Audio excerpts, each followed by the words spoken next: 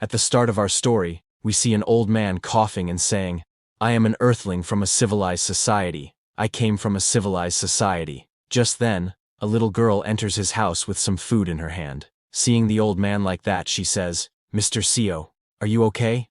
My mother sent this for you." We learn that this old man's name is Seo. He thanks the little girl. Then while placing the food on the ground, little girl replies, "Not a problem. Please get well soon and make some more soap." Saying that, she leaves the house and walks back toward her home in a snowstorm. This old Seo is an earthling, an inhabitant of a civilized world. It's been 50 years since he fell into this cursed world. They were on their way to a workshop with Director Kim and other company employees when they were suddenly swept away in a landslide. When they came to their senses, they found themselves in a strange world. A fox as big as a house with 3 tails, a large red-scaled snake with 2 heads, and beings wielding swords flying through the sky. It was a world like the martial arts novels he occasionally read. Although it was a strange world, most of his colleagues probably did quite well, except for him. Among the 7 people who fell into the martial world that day, within just 3 days of their arrival, destinies began to unfold. The sage-like beings who descended from above were in awe of his co-workers' mythical talents, and took each one of them into the sky. Only he and Director Kim remained in this world. To be honest, they had hopes that something special would happen to them too. But neither Director Kim nor he had any special abilities. Without knowing much about this world, all they could do was manual labor. For 6 months, the two worked menial jobs in a busy marketplace, earning their meals. Until one day, Director Kim could take it no longer. He told Seo that he couldn't live like this anymore and used all his money to buy a third-rate martial arts book sold on the streets. Everyone laughed at him, but within 3 months, he mastered it and became a full-fledged martial artist. He worked for the nation and learned more and more advanced martial arts. After he became a powerful warrior, Director Kim left for the Jianghu, leaving Seo behind. Seo just hoped that something special could happen to him as well, but until the end, nothing happened to him at all. After 50 years, he is now just an old man dying from a common cold. He coughs blood, repeating that he is from Earth. He has tried his hardest to live. He learned the language, learned to read and write, worked as a laborer to make a living, bought a small plot of land, and built his own house. He started making some decent money when he began making soap using lye. In this medieval time, soap was essentially a new concept. However, even that ended after some thieves stole the method of making his soap and started producing their own. These thugs booted Seo out of the market. Now he is waiting for his death. Having been rejected by this world, a frustrated Seo asks the world, "What do you want from me? Even though I tried my hardest, what must I do?" He starts crying, asking why he couldn't have been selected even if he was not special, and why he has to continue losing everything. Now Seo no longer has the energy to keep his eyes open. As his eyes start to close, he hopes that if he just had a bit more power, maybe, just maybe, he might have had more opportunities. Lying on his bed, sick with a cold, Seo's life ends. That was how he died, and how, with a bright light, he opened his eyes again. He slowly looks down at his body. It's not a hand full of wrinkles and lines. It is a young hand, full of vitality and life. He was wearing something clearly different from the clothes of this world, the blue shirt and sweatpants he had worn on Earth. He looked around, trying to grasp the situation. Then he saw Director Kim, Chief O, Section Chief John, Deputy Manager Kang, Deputy Manager O, and Manager Kim. Seo was shocked to see them. Now he finally realized he hadn't come to this world powerless. He had gained the power of regression. This was Seo's first regression. Director Kim, with half his hair shaved off, looked around and asked, "What's happening?" "We were just on our way to a workshop." He didn't know where they were, but Seo knew. This was the first day. They had just landed in this strange world. Seo remembered how they ended up here. They were in an SUV, going to the workshop, when they got caught in a landslide, and then something flashed. It was a 50-year-old memory, so it was a bit hazy, and even Seo couldn't remember clearly. While he was thinking this, suddenly someone called from behind, "Hey, Deputy Manager Seo." But Seo was still lost in his thoughts, wondering, now that I have regressed, how should I live? Usually, in regression novels, people live well using their future knowledge. But all I know is making soap. Suddenly, the guy from behind grabbed Seo's shoulder and shouted, "Manager Seo Yun-hyun!" Seo snapped out of his daydream at the shout. He looked back and saw it was Section Chief John. Seo said, trying to explain that he was a bit startled. But suddenly, with a swish, Section Chief Jian slapped Seo across the face. Everyone present was shocked to see that. Section Chief Jian shouted, "Deputy Manager Seo, you bastard, you dozed off while driving on the mountainside.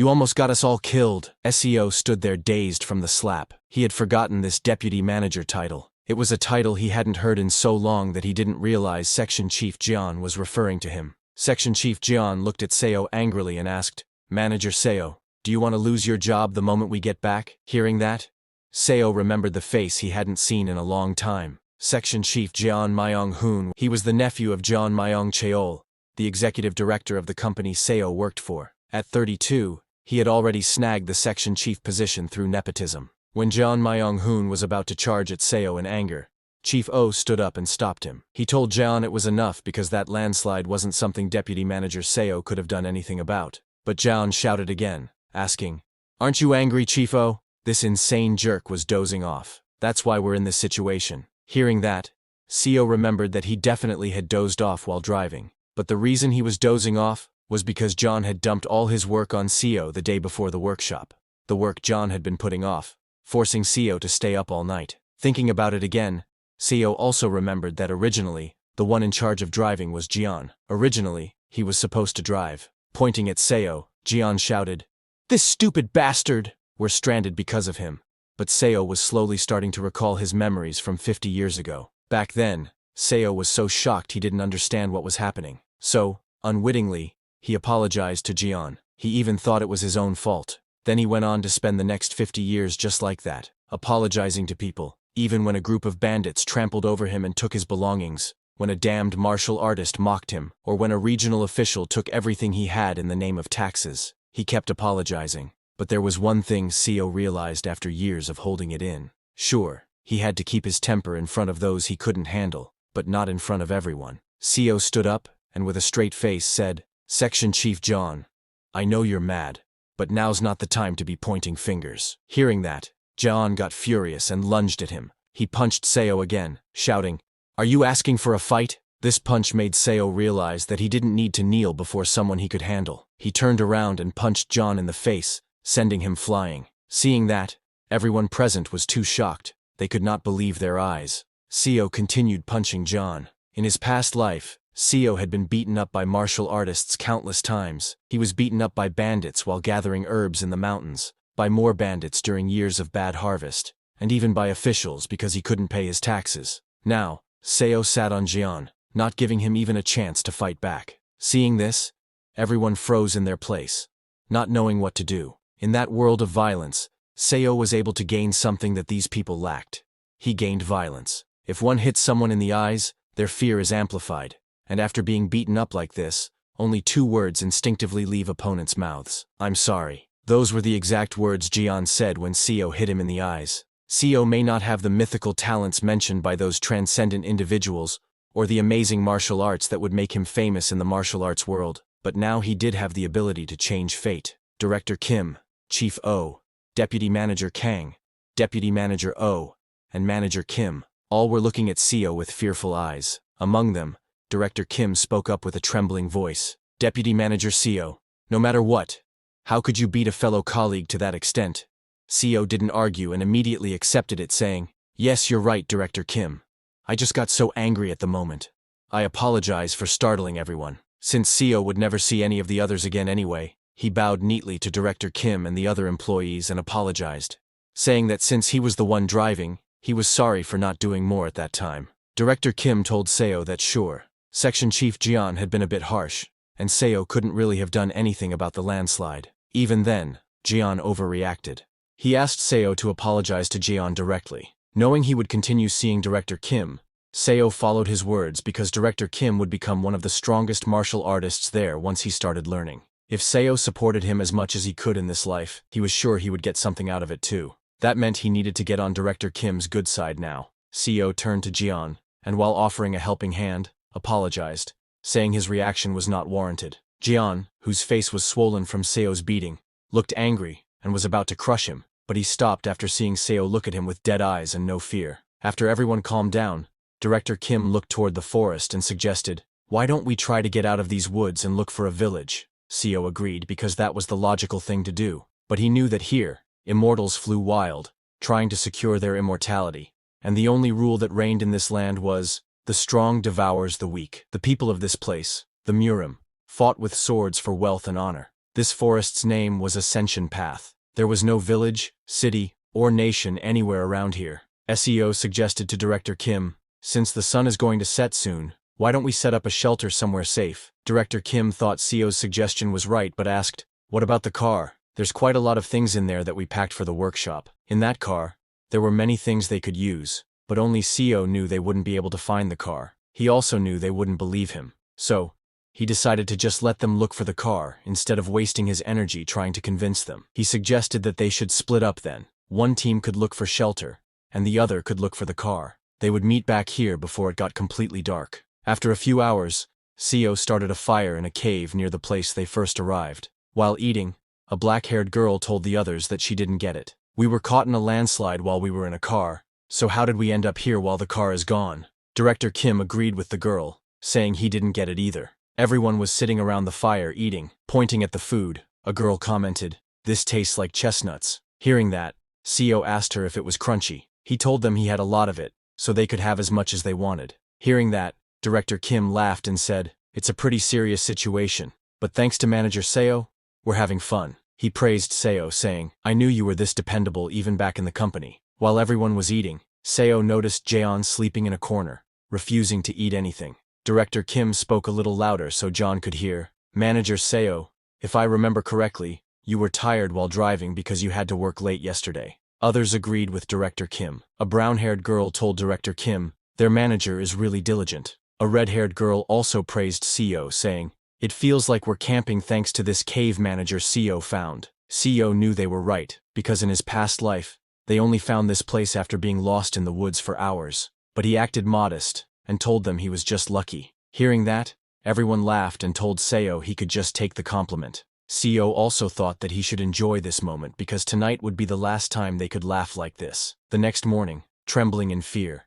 CEO offered his greetings to the Lord of the Forest. The Lord of the Forest he was greeting was a huge seven-tailed fox with red glowing eyes. The fox looked at Seo and with a smile said, "You have quite a unique scent for a human. Despite having lived thousands of years, I have never smelled humans like you." Hearing the commotion outside, the black-haired girl woke up. She came outside and asked Seo what had happened, but when she saw the huge fox, she got scared and screamed. Hearing her scream, others also woke up and came out of the cave. When they saw the huge fox, they too got scared and screamed. Hearing them, Seo looked back and shouted, telling them to show their manners to the Lord of the Forest and get on their knees. Hearing Seo, the seven-tailed fox said, "Every time I come across you humans, I am reminded how foolish and rude you all are." It told them that it would usually rip off all their limbs, but since one of them seemed to know how to treat him, he would forgive them. With that being said, they must pay the price for being in his territory. If one of them offers him an arm, he will let them stay here. Hearing the fox talk,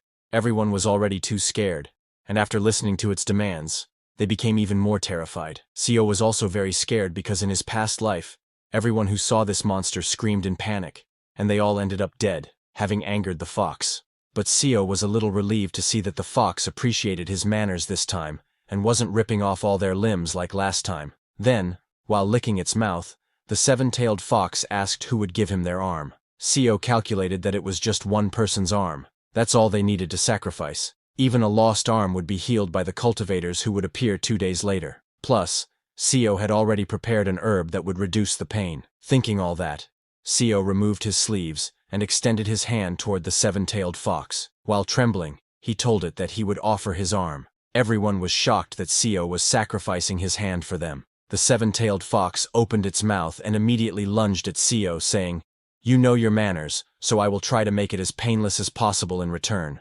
Then, in the next second, with a loud scream of pain, CEO lost one arm. The seven-tailed fox completely bit off Seo's hand and ate it. Everyone looked away. They couldn't bear to see the horrifying scene right in front of them. CEO was in too much pain. Tears streamed down his face as he extended his other arm to grab the herb. The pain was so intense that Seo didn't have time to think about anything else at the moment. He immediately ate the herb he had prepared for pain relief. After eating Seo's hand, the seven-tailed fox told Seo that it thought he might taste different since he smelled different, but he tasted the same as the other humans. He tasted worse because of all the impurities in his veins. Hearing the fox, Seo began to come back to his senses. He was surprised to see that the herb actually helped a lot with the pain. After calming down, Seo apologized to the seven-tailed fox, saying his offering was not good enough. But the fox was not interested in talking. It turned around to leave, telling them that it would allow them to stay for 7 days in its territory, and that they wouldn't die thanks to its divinity. Saying that, it leapt into the sky with super speed and disappeared. After the 7-tailed fox left, a worried group ran towards Seo to check on him. Seo slowly stood up and asked everyone to go inside, saying he would explain everything. Once inside the cave, Seo slowly told them that he had met the fox when he left the cave early that morning. The fox told him that they were in Murim. Everyone was shocked to hear they were in Murim. Director Kim asked Seo if he meant they were really in Murim because it was unbelievable. Seo said it didn't matter, and told them they would be safe for a week since he had given up his arm. Hearing that it was just a week, Director Kim asked Seo what would happen after that. Breathing heavily, Seo told Director Kim that they would need to give up something else the following week. Hearing that, everyone was stunned. As the herb's effects kicked in, Seo started to get sleepy. He told the others that he was getting sleepy and would rest a bit, hoping they would understand. Saying that, he fell asleep right there. Then, 15 hours later at night, Seo woke up alone in the cave. He heard his colleagues talking outside.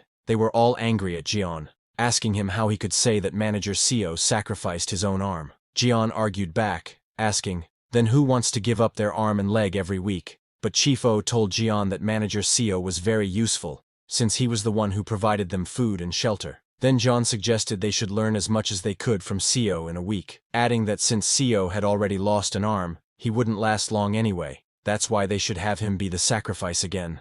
Jian said all that, not knowing Seo had woken up and was listening from behind. Seo was surprised to hear that now that he had become debilitated, Jian wanted to chop off one of his limbs every week to give to the fox. That was definitely not pleasing. Looking at Jian, Seo grabbed a rock from the ground. He looked at the rock and thought that with the violence he had learned from being beaten up for 50 years, he could easily kill a modern-day man like John Myung-hoon with one arm. He looked at Jian again, who was still convincing others to force Seo to give up his other arm too. Angrily, Seo thought to himself whether he should kill Jian, but he didn't act recklessly. Instead, he threw the rock back and returned to the cave. He understood that fear had surely paralyzed their minds, and if he acted too cruelly now, it would cause issues with his relationship with Director Kim. Suddenly, Chief O shouted at Jian to shut up if he didn't want his ankles broken again. Hearing that, Seo laughed. He was right to think that they were good people.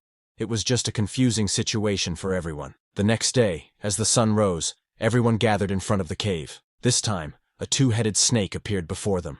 But unlike the fox who had eaten Seo's arm, the 2-headed snake only requested a small amount of blood. It was the very same snake that had sucked out Chief O's blood, who had lost his limbs in his last life. Hearing that it was just a small amount, nervous Chief O put his own arm forward this time, but after drinking Chief O's blood, the snake vomited, saying, "This is disgusting. This is the worst human blood I have ever had." Hearing that, Chief O got furious, but Seo knew it was the blood of a 21st century worker, drenched in nicotine and cholesterol. No wonder it tasted gross. Seo then turned around and asked John Myung-hoon to come with him to pick some herbs. Hearing that, John was shocked, and asked Seo if he had just called him by his full name, but Seo didn't reply. Instead, he asked if John was hungry. John said he was. Seo walked toward John and said, "I will tell you about the fruits and edible herbs, so follow me." Seo got closer and whispered to Jian that he planned to give his arm to the fox next week as well, and if he died, someone needed to know how to survive in this forest.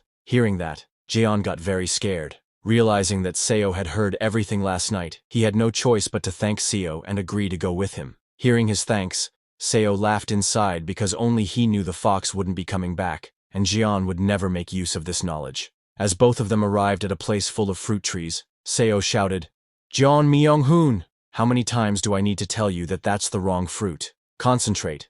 Seo said sorry while picking a red fruit. Seeing that, Seo told him that fruit would get him killed. This continued for hours, as Seo gave orders to Jian, and Jian had to follow them. Jian started to get exhausted, and asked Seo to hold on, saying he needed a break. He had been digging non-stop to get these herbs. Seeing his condition, Seo laughed inside because this was how Jian used to punish him when he first entered the company. Seo told Jian that they needed to finish before dusk, so they should hurry up. Slowly, time passed, and both continued doing their part. Then suddenly, John dug out a very large ginseng. John was shocked to see it. He held it in his hand and said, "This thing is massive." He asked Seo if this was natural ginseng. Seo told him it was something like that. Seo knew that while it did resemble ginseng, to be precise, it was a yellow bamboo root. It might be because the ascension path was so full of energy, but yellow bamboo roots, which are typically as small as a pinky finger, grew to this size here. SEO knew it wouldn't be of much use to cultivators,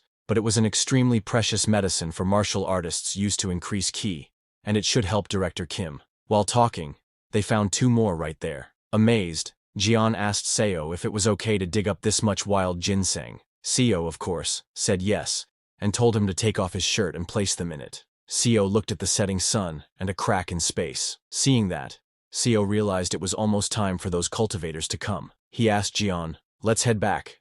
As they returned to the cave, suddenly the crack Seo had seen before exploded with a huge blast, releasing massive amounts of spiritual energy into the sky. At the moment of the explosion, Jian fell to the ground, screaming while grabbing his head. Not only him, Chief O was in the same condition, along with Manager Kang. All 3 of them were clutching their heads, screaming in pain. Seeing this, Director Kim began to panic, asking what had happened to them. Just then, 3 cultivators appeared, flying into the sky. Looking at Jian, Chief O, and Manager Kang, a cultivator named Byuko, wearing golden clothes, said, "What a surprise. To think we'd find such uncut talent here." A black-clothed cultivator named Haogwak told Byuko to go away, saying they were his. Hearing that, the 3rd cultivator, wearing blue clothes, called Haogwak shameless. Seeing these cultivators, Director Kim got scared and asked who they were. The cultivators noticed there were 7 people, but only the 3 had spiritual roots.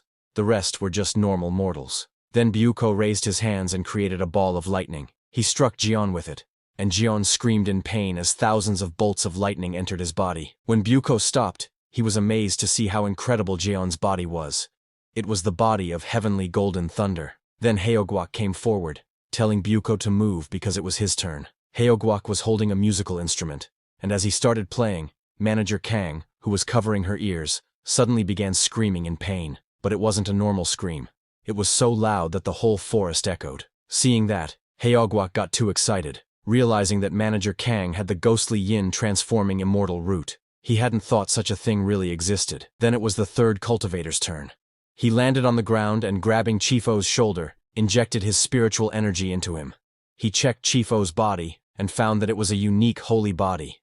Chief O was too shocked, asking the cultivator what was going on. The cultivator smiled and declared that he would take all 3 of them as disciples of the Azure Heaven Creation sect, because all 3 had the talent to change the entire world. With a deep voice, he asked Chief, "How does that sound?" Chief O was terrified in the cultivator's presence. He couldn't even breathe. He was confused, wondering what this force was, and felt like he would die if he refused. Suddenly, Haogwak came down and asked Chief O to join the Black Ghost Valley instead, saying they had every cultivation method, immortality, the power to overturn the heavens, fame, and wealth. He promised to ensure they would get all of those things within 100 years. Suddenly, Byuko also came down and asked Haogwak what he was saying, claiming that the Golden Divine Heavenly Thunder sect was the most suited for them. While they were talking, Director Kim intervened and asked the cultivators if they could get them out of this forest, because at this rate, they would all die there. But the cultivators completely ignored him. Byuko took out a bottle and opened its cap, saying, "Mortals worry too much. How did you get to the ascension path with such a worthless body?" Saying that, he pointed the bottle's mouth toward John, and the bottle sucked John inside. John could only scream for help. Then the blue-clothed cultivator took Chief O and looked at Seo. He smiled and said, "Seems like one of them lost an arm to that fox," and seeing the wound, he offered it up himself. He used his spiritual power to heal Seo's hand, telling him that he may be a mere mortal, but he had guts. Seo's whole hand grew back, and he thanked the cultivator. Haogwak also took Manager Kang with him. Then all 3 cultivators flew back into the sky, and while leaving, told Seo that they had captured all the beasts and monsters of the ascension path on their way here, so it would be safe here for the next 10 years. Seeing them leave, Director Kim chased after them, asking them to hold on and to tell them where to go, because they didn't even know which way to take to leave. He called out to Section Chief John, Chief O, and Deputy Manager Kang, but it was no use. The cultivators flew into the sky and disappeared. Seeing them go, Seo was very disappointed, but it was no use because the same thing had happened 50 years ago. No matter how hard they shouted, those cultivators ignored them like insects and continued on their way. Seo was a little relieved that at least they had healed his arm. While chasing after them, Director Kim ran out of breath and fell to the ground asking, "What do you want us to do?" In a forest like this, but before he lost all hope, Suddenly Director Kim saw many beams of light flying in the direction those cultivators had gone. Seeing that, he got confused and asked, "What are all those lights in the sky? Is there something in that direction?" But Director Kim could not leave his team behind, so he returned. The next day, it was a rainy day with lightning striking all around. All four, Deputy Manager O, Manager Kim, Manager Seo, and Director Kim, were hiding in the same cave. But Deputy Manager O's condition was not good. She was coughing up blood while lying on the ground. Manager Kim asked Seo if there was some kind of herb they could use because Deputy Manager O was in terrible condition. She was panicking, not knowing what to do. Knowing the future, Seo told Manager Kim, "Let's wait a little longer. Someone might appear and heal her." Hearing that, Manager Kim got confused. Suddenly they heard someone's footsteps. Someone entered the cave and said, "Mortals in the ascension path are like ants, suffering among the competition between dragons." Seeing that man, Director Kim jumped right in front and asked, "Who are you?" The person smiled and said, "I am the Sea Dragon King, Seo Hueol." The Sea Dragon King, Seo Hueol, told them that Deputy Manager O was controlling the storm outside. Hearing that, everyone was shocked. The Sea Dragon King explained that the storm suddenly appeared out of nowhere, so he came to look for its cause. Pointing at Deputy Manager, he said that the lady lying over there must have used the sorcery of the storm. The Sea Dragon King was amazed because she was an ordinary woman without even a trace of cultivation. So how could she wield such overwhelming power? Additionally, she was not even doing it consciously, which was very strange. Hearing that, Seo told the Sea Dragon King that actually, they were the confused ones. They had only been in this place for a short time, yet one after another, powerful people like him appeared and took away their companions. Hearing that, the Sea Dragon King couldn't control his laughter. He asked Seo if he was saying that among his colleagues, there were a few with extraordinary potential, and then, as if prearranged, powerful cultivators showed up and took them away. And now, here he was, conveniently appearing in front of this woman. Seo told the Sea Dragon King, "That's exactly what happened." Looking at Seo, the Sea Dragon King smiled and asked, "Dear mortal, do you know where we are?" He told Seo that this place was known as the Ascension Path, or the Path to Ascension. It was a key gateway that leads to the upper realm. In just a few months, a dimensional rift called the Ascension Gate would open right around here. It happens once every 1,000 years. Countless high-level cultivators and spiritual beings would have already begun gathering around the path to ascension to ascend to the upper realm. So, isn't it quite likely that cultivators like him would appear near them? Hearing that, Seo finally understood everything. Then Director Kim told the Sea Dragon King that those cultivators said they were taking his colleagues to join their sects, and if they were ascending to the upper realm, how could his colleagues join them? Hearing that, the Sea Dragon King told them it might be hard for mortals like them to understand. He took out a bottle similar to those the cultivators had, and explained that there was a technique among cultivators used to shrink large objects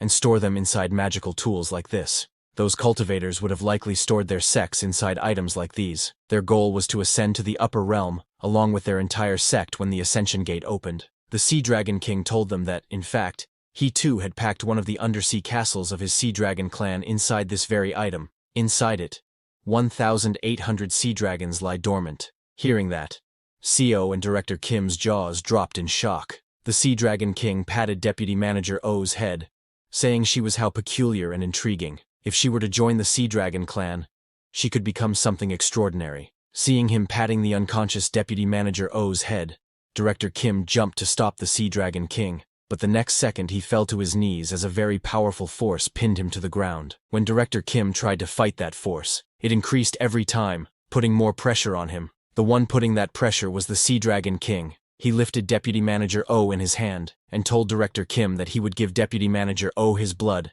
and accept her as his kin, and that would be best for all of them. He also gave one more piece of advice. Looking at Director Kim with his green glowing eyes, he warned him not to casually ask high-level cultivators questions. Just as he said that, the pressure on Director Kim and Seo increased, and both of their eyeballs popped out. While holding Deputy Manager O in his hands, the Sea Dragon King walked away from there, telling them that he answered because he was generous, but most cultivators would have killed them for the mere act of asking a question. Saying that, he walked out of the cave into the thunderstorm, transformed into his real dragon form, and flew back into the sky. His dragon form was so big and strong that it seemed to reach the sky. Then, the next morning, the thunderstorm suddenly stopped, and the weather cleared. Manager Kim was too shocked by the fact that all her colleagues had been kidnapped. She could not understand what was happening. An avalanche out of nowhere. then immortals and dragons abducting their companions. She could not digest all of this, and began to lose her mind. Seeing her like that, Seo approached, trying to calm her down, but while shaking, Manager Kim said, "Manager Seo, please, you must not be taken as well. If you're taken too, I won't be able to survive in this forest alone." Saying that, she started crying. Seeing her like that, Seo wanted to reassure her that he would not leave her, but he knew that unfortunately, their time was up. Just then, Manager Kim felt something in her head and screamed. She fell to the ground, grabbing her head, and told Seo that something was coming. Seeing her screaming, Director Kim came running and asked, "What's wrong with her now?" Suddenly the whole jungle went wild. All the birds in the sky and all the animals in the forest started running for their lives. Manager Kim started shaking and told them that it was head. Hearing that, Director Kim got confused, and before he could understand anything, suddenly an old man riding a mechanical lion appeared. That old man was shocked to see mortals there, and asked how mere mortals had gotten into the path to ascension. But looking at them, it didn't take that old man long to understand that when the ascension gate was about to open, the surrounding space became unstable, and they must have been caught in a spatial storm. He laughed, praising himself as a genius for understanding it immediately. He then came down from his mechanical lion and asked them who was the one who had just emitted that massive consciousness. He laughed, saying that it was such a powerful presence. He had thought a sage from the upper realm had descended. Looking at Deputy Manager O's condition, he asked if it was her. Director Kim came forward and stopped the old man, saying, "Manager Kim is our colleague." But with just one swing of his finger, the old man sent Director Kim flying to one side. Seeing that, Seo immediately jumped to catch Director Kim to protect him. He caught Director Kim but was also sent flying, crashing to the ground. Director Kim was uninjured and thanked Deputy Manager Seo, but Seo didn't respond. Seeing that, Director Kim panicked and helped Seo up. To their surprise, Seo's whole back was exposed and injured because of crashing on the ground. Director Kim was shocked seeing that and asked Seo if he was all right. Seo, in a slow voice, told Director Kim he was okay. On the other hand, the old man went to Deputy Manager O and grabbed her by the chin, asking, "Let me take you in. You don't have any spiritual root, but I can awaken it for you with my power." The old man wondered what would happen if such a strange consciousness evolved into a cultivator's divine consciousness. Hearing that, Deputy Manager O started crying and looked at Seo and Director Kim for help. Seeing her looking at them, the old man looked at Seo and Director Kim and asked if she was still clinging to her worldly attachments, even after he offered to take her in.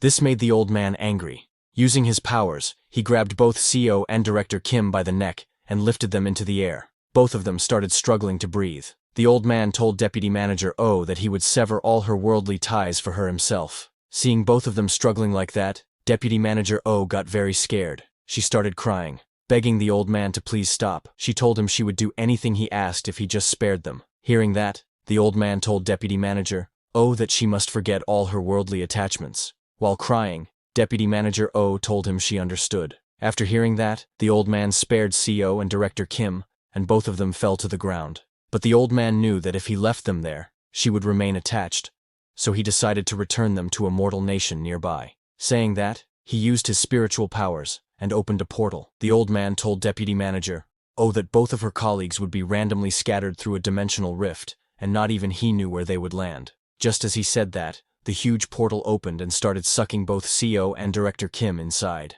Director Kim was immediately sucked into the portal before he could even understand what was happening, while Seo, before getting sucked in, used all his power to grab the herbs he had collected the previous day. Then both of them got sucked inside. Deputy Manager O, at the opening of the portal, was crying for them. As the portal closed, everything turned black. Suddenly, a whole crowd's voices filled their ears. A street vendor's voice came, saying, "We have the finest silks in Yangguo. We have newly arrived scriptures from Shengji."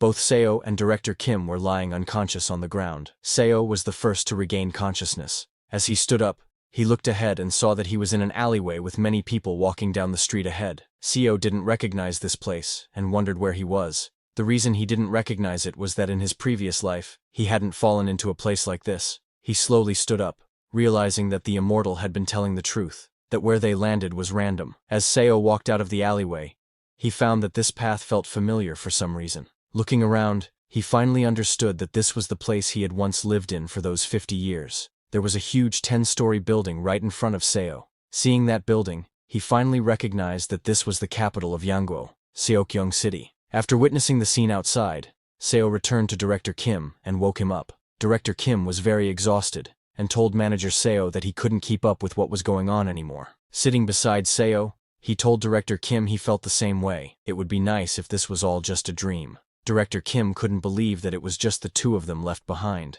but he thought he should be relieved that they weren't taken by those monsters. Seo just looked at the confused Director Kim and didn't say anything, because even he didn't know about this. He may have regressed, but in his past life, he was nothing but a powerless herb gatherer. Seo then told Director Kim that they couldn't stay in this alleyway forever, so why didn't they get out of here? Director Kim said, "All right," and both of them left the alleyway. But as they came out, all the people of that place started staring at them while talking in some unknown language. Hearing those people, Director Kim got very confused. He asked Seo, "What are they saying? It sounds like Chinese. Why are the people whispering while looking at us?" Seo told Director Kim that some people were saying the clothes both of them were wearing looked funny. Hearing that, Director Kim was shocked. Seo smiled and told him not to worry because he knew a bit of Chinese. Director Kim wanted to ask him something, but seeing Seo's injured back, he didn't ask and said, "That's great." Seo said that, but in reality, he lied to Director Kim. The language those people were speaking was not Chinese. Other than the fact that they used the same characters, it sounded completely different. In his past life, Seo had to endure the mockery of beggars for 2 months, just to learn the basics of the language, but now, there was no need for that. Seo took out the herbs he had collected earlier and asked Director Kim if they should get some new clothes. Hearing that, Director Kim was confused and asked how, because he felt like the people of this place wouldn't accept their money. Seo didn't explain to Director Kim, and just took him to the city's medicine hall. The owner of the medicine hall was shocked to see the ginseng, and asked Seo if he was really letting them buy such precious herbs. Seo acted tough, and told the owner that those yellow bamboo roots were at least 800 years old. The owner said, "Of course," and told him that the roots should be worth about 15 silver ingots. Hearing 15 silver ingots, even Seo got nervous because he had never had that much money in his past life. But he didn't lose his composure and asked the shop owner to hurry up and take the money. The shop owner said yes, and immediately gave Seo the money. After leaving, Seo and Director Kim first bought some clothes, and then bought a house in the city. Director Kim was shocked to see the house they were going to live in. Seo said yes, and told Director Kim that from today onward, he would teach him the language of this place. Hearing that, Director Kim got very happy and thanked manager Seo. Seo made it seem like there was no problem, but after bribing some guys for identity plaques and buying the land and house, they only had 1 silver ingot left. He guessed it was because they were in the capital, and that's why everything was so expensive there. While Seo was looking at the money, Director Kim noticed Seo's back. Even after wearing new clothes,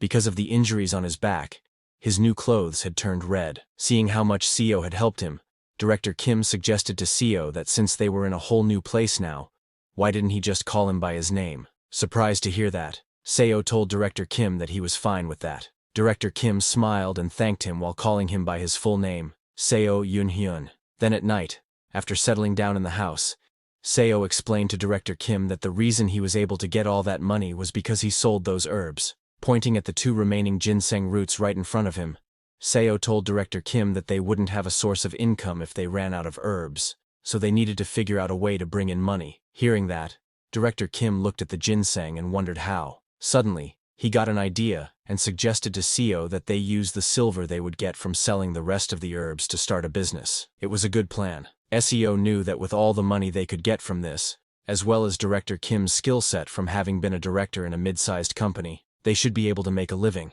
But that wasn't enough. Seo thought that since he had regressed, why not dream bigger? He knew that Director Kim was a martial genius, who, after reading some third-rate martial arts books sold on the streets, became a martial master in just a few months. Once he learned more advanced techniques, he became one of the most powerful martial artists in the Jianghu. But what if he were to learn advanced martial arts from the start? Seo might be able to bring forward the birth of the greatest swordsman in the Jianghu by at least 30 years. Thinking all that, Seo smiled and decided he was going to benefit as much as he could while working for him. He told Director Kim that this was Murim, a world of martial arts. This attracted Director Kim's attention. Seo told Director Kim that who knows when the gangs of the Jianghu might come for them if they set up a business.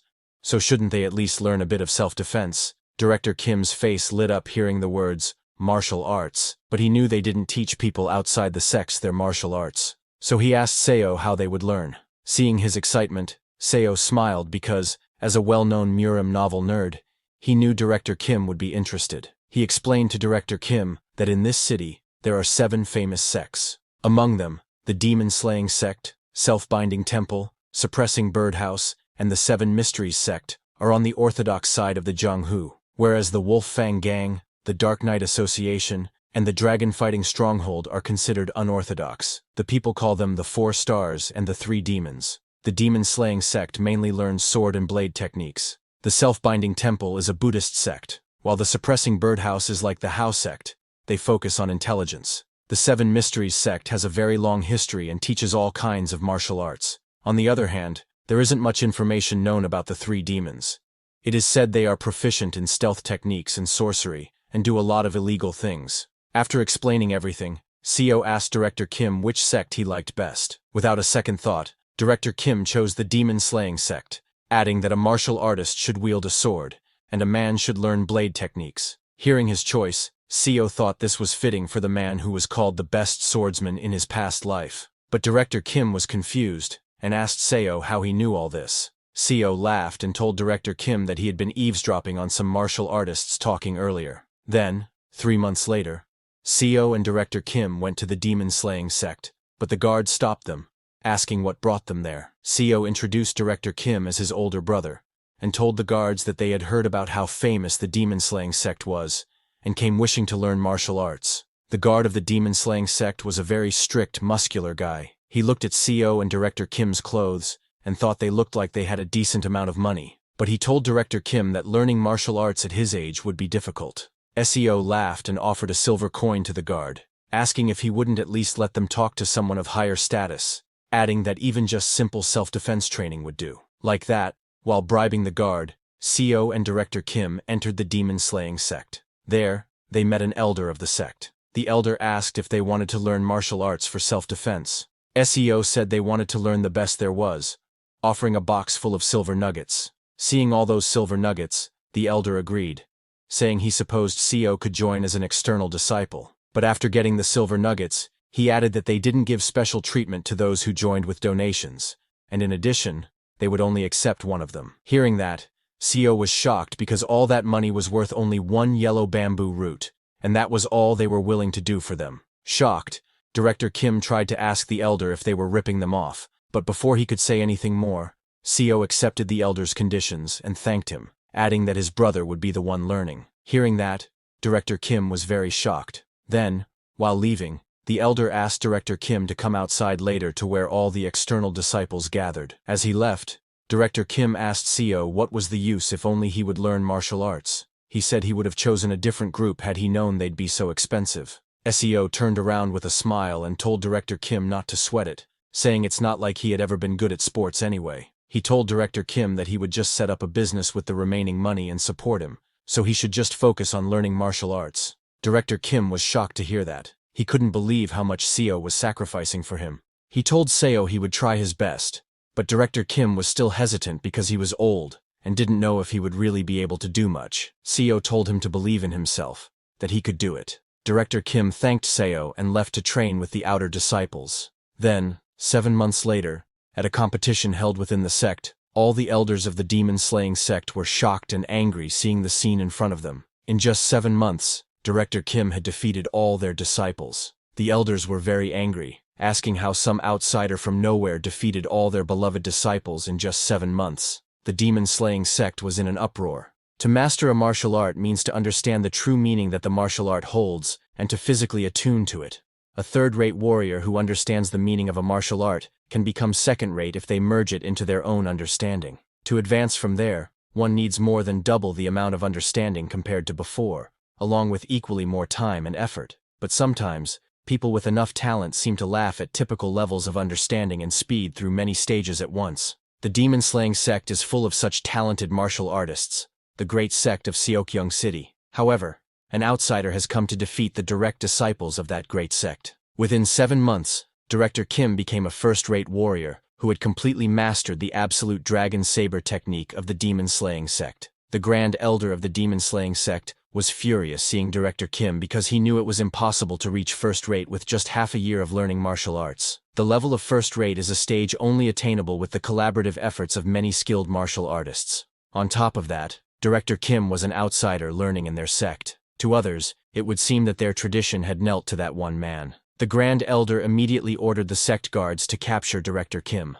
Like that, Director Kim was captured and put in a house guarded by hundreds of guards. But now, even Seo was captured. He knew that because an outsider had gained skills befitting an elder of a sect within 7 months, the sect was in chaos. In such a ridiculous situation, Director Kim was imprisoned in his quarters, suspected of being a spy of another sect. However, Seo didn't know why he was also considered a suspect when he didn't know martial arts. Seo asked Director Kim, who was practicing his sword techniques, if he wasn't worried. Director Kim laughed and asked Seo what he should worry about. Seo told him it was about them suspecting him as a spy. In martial arts novels, they typically destroy one's ki core, or even cut off their ki flow. Director Kim admitted that it was true, but told Seo that for some reason, he thought he was approaching the next wall, and if he crossed it, he believed he could advance to the next stage. Seo was shocked hearing that and asked what kind of monster Director Kim was. It hadn't even been long since he had become a first-rate martial artist, and now he was already nearing the next stage.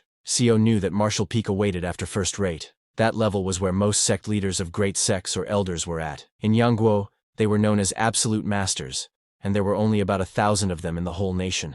The martial arts world never mentions the stage after that, so martial peak is essentially the last stage one can attain by learning martial arts. Seo realized that his assumptions were wrong. At this rate, the birth of the greatest swordsman in the world would be sped up by 40 years, not 30. Then, 7 days later, Seo and Director Kim were still in captivity. But during this time, Director Kim was not resting. He was practicing and meditating. After 7 days, all the energy he gathered turned into tree energy lotus flowers. Director Kim inhaled that lotus energy through his mouth. Seo was shocked to see those lotuses, because he knew that those were the flowers of chi that only appeared to peak martial artists, and 3 flowers gathered at the summit. After completely absorbing those chi flowers, Director Kim stood up and told Seo he had crossed the barrier, and now he was not so scared of the demon-slaying sect leader anymore. Hearing that, Seo laughed and told Director Kim that his talent far exceeded his imagination. Director Kim smiled and told Seo that he was also impressed by himself. He never knew he would have such talent. He mused that maybe this was why he always loved martial arts novels as a kid.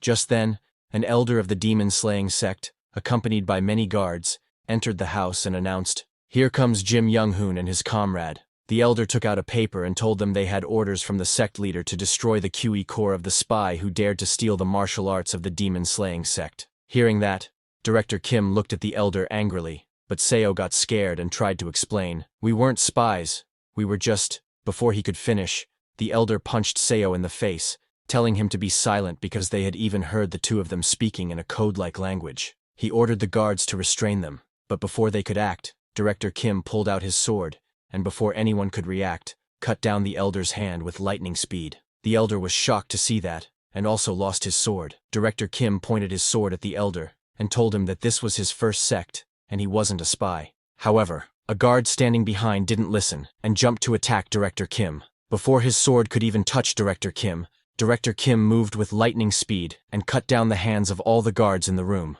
Seeing that, all the guards started running away, realizing that he was a peak-level martial artist. They immediately went to inform the sect leader. Seeing them running away, Director Kim told Seo that he intended to visit other sects to train, and asked him what he would do. Seo immediately replied that he would accompany Director Kim, and suggested they go to the acclaimed unorthodox sect, the dragon-fighting stronghold. Hearing that, Director Kim laughed and told him to go ahead, and that they would meet there, adding that he would end the pursuit of the demon-slaying sect's elders and leader. Then, a few hours later, at the dragon-fighting stronghold's mountain range, Director Kim was standing on top of a cliff with his sword, and asked Seo what took him so long. Seo, breathing heavily after climbing for so long, laughed, and told Director Kim he was just too fast. While talking with Director Kim, Seo's attention was on the sword Director Kim was holding, which was soaked in blood. Seeing the sword, Seo thought that Director Kim used to call him "Violence Out" until recently,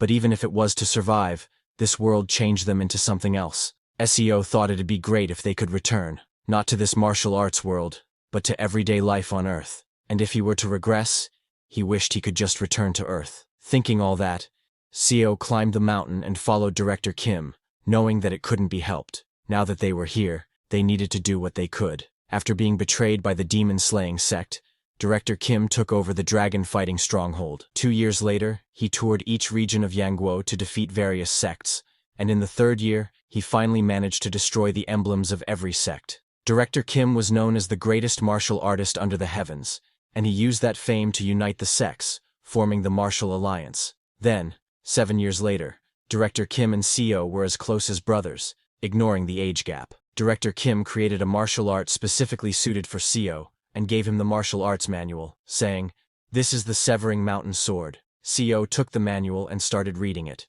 Director Kim explained to Seo that he named the martial art, hoping Seo would inherit its will that could even cut down mountains. If he mastered the Severing Mountain Sword, he knew Seo would be able to reach martial peak. Reading the book, Seo was shocked because, aside from the things Director Kim had told him, the Dragon Vein Chi method created alongside it was true first-rate martial arts, very different from any second- or third-rate martial arts. It was a very powerful technique, and Seo started practicing it. But if there was a problem, it was that even then, Seo could not learn it, and would fall to the ground immediately when facing Director Kim. Seeing that, Director Kim told Seo that he really had no talent. Yes, Seo's talent was absolutely terrible. Even though the best martial artist under the heavens created a martial art suited for him and taught him one-on-one, Seo barely made it to third rate after an entire year. A year later, Seo admitted that it couldn't be helped. He told Director Kim that he did have some talent in medicine at least, as people are talented in different areas.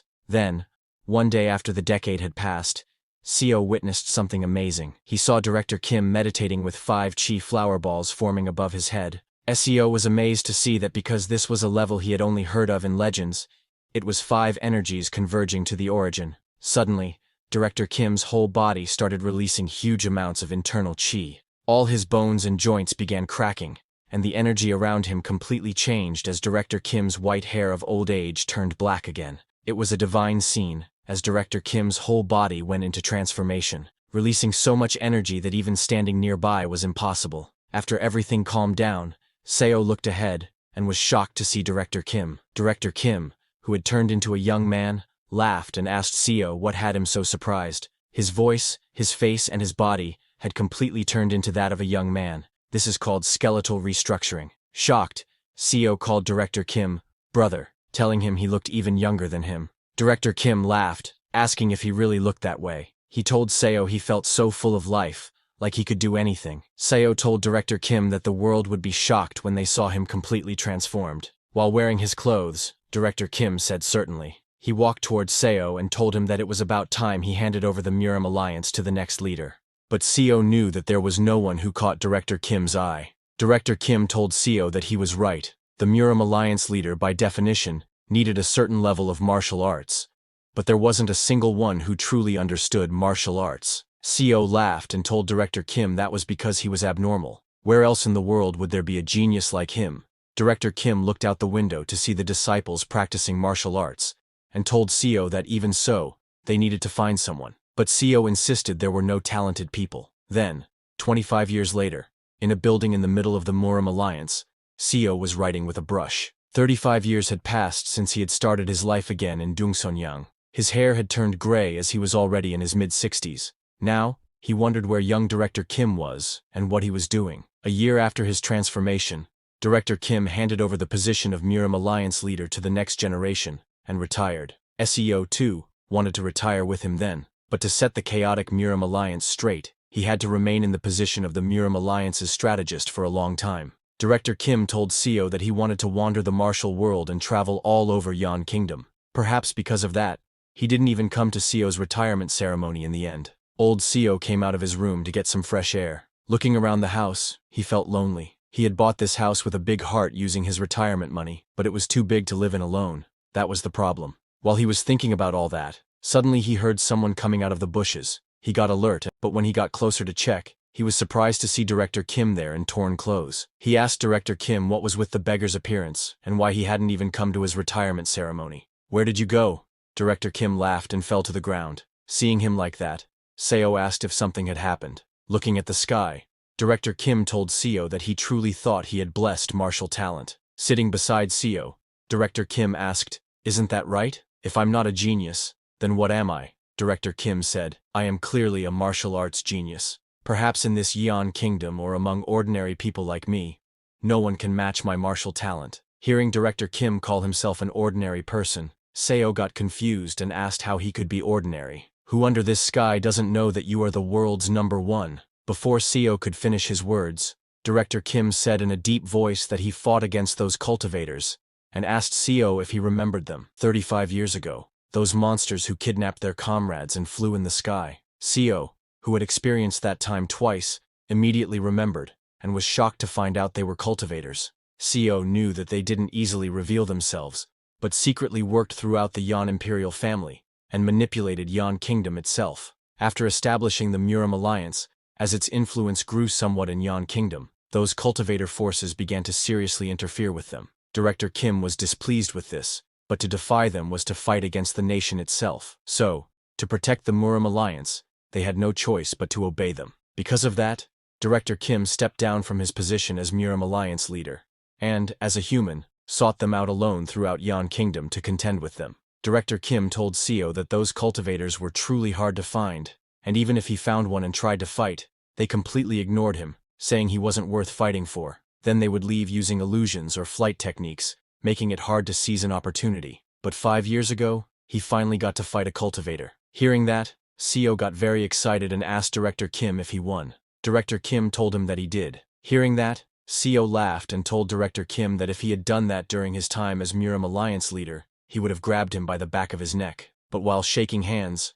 Director Kim told Seo that fighting for his life against that cultivator who had reached the chi condensation realm, he could barely scratch his fingertip. Hearing that, Seo was shocked. Director Kim said that the cultivator he fought said even if Director Kim just grazed his body, he would count it as Director Kim's win, so he did win. Still, Director Kim was very disappointed. Seo then asked him if the cultivator at the chi condensation realm was one of the 10 great masters of the cultivation world, or something like that. Director Kim said no, and told Seo that the cultivator said his realm was second from the bottom in the cultivation world. In martial arts terms, he was a second-rate warrior. Hearing that, Seo was stunned. He could not understand anything, and asked Director Kim what nonsense he was talking about. In his past life, and in this life, Seo knew that cultivators were formidable beings, but Young Hoon's martial arts clearly touched the heavens. He was a person who literally used skywalking to perform martial arts in the air, and could cut through millennium-old steel and buildings like tofu.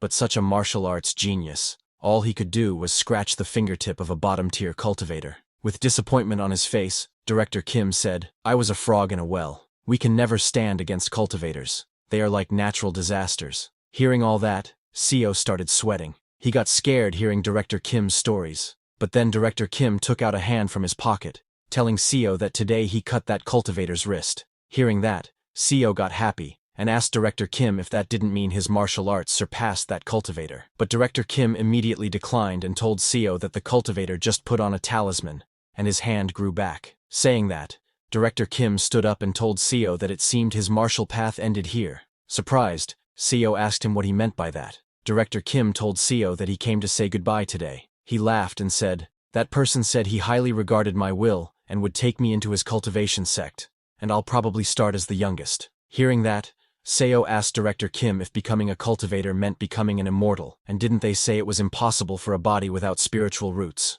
Director Kim told him that for a regular mortal, the stage of 5 energies converging to the origin is equivalent to the 5-element spiritual root that cultivators are naturally born with. He told Seo that to gain the trait that cultivators are born with, mortals like them must use their entire lives to even manifest that basic quality. Saying that, Director Kim swung his sword and cut open the space itself, creating a door in mid-air. While entering that door, Director Kim told Seo that he would now go and must aim for a higher stage, but before leaving, he handed Seo a book, saying, "This book is my last gift to you." He told Seo to stay safe and left before Seo could say anything. Seo checked the book, which was named Record of Transcending Cultivation and Exhausting Martial Arts. It was a record of attempting to use martial arts to surpass cultivation. He was very worried, and looked into the air, asking Director Kim where he was going without him, but there was no reply, and so time passed. Now it had been 50 years since Seo came to this world, and here he lay dying of a common cold, just like in his previous life.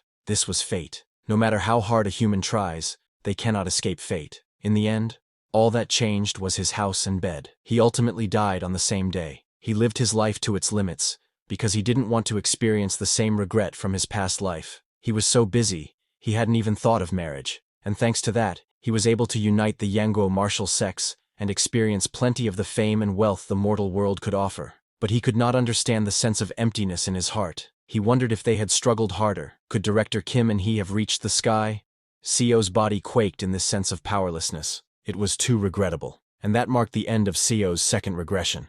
After dying for the second time, Seo's eyes, which had gone blurry just a few seconds ago, opened again. He looked around and saw that he was in the same forest on the ascension path. Looking down, he noticed that his body was brimming with energy. Seeing that, he realized that regression wasn't just a one-time thing. As he was lost in his thoughts, suddenly Section Chief Jian charged at Seo in anger, shouting, "Deputy Manager Seo, you bastard!" But as Jian swung his hand to slap Seo reacted instantly and dodged the attack. Jian continued trying to punch him, but Seo effortlessly dodged every strike. He wasn't even paying attention to Jian.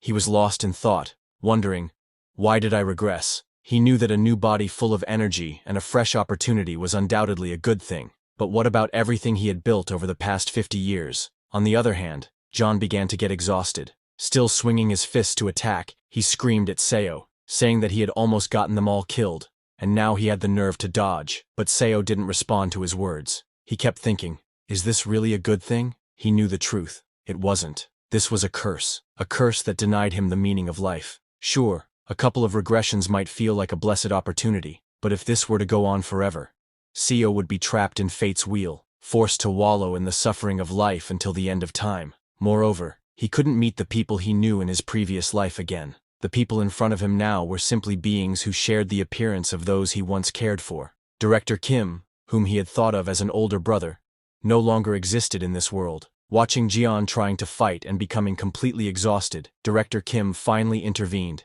telling Section Chief Jian, "That's enough." Seo then told Jian to calm down, asking, "What help will being angry bring here?" Hearing that, Jian became even angrier, calling Seo shameless. But before he could say more, Seo spoke again.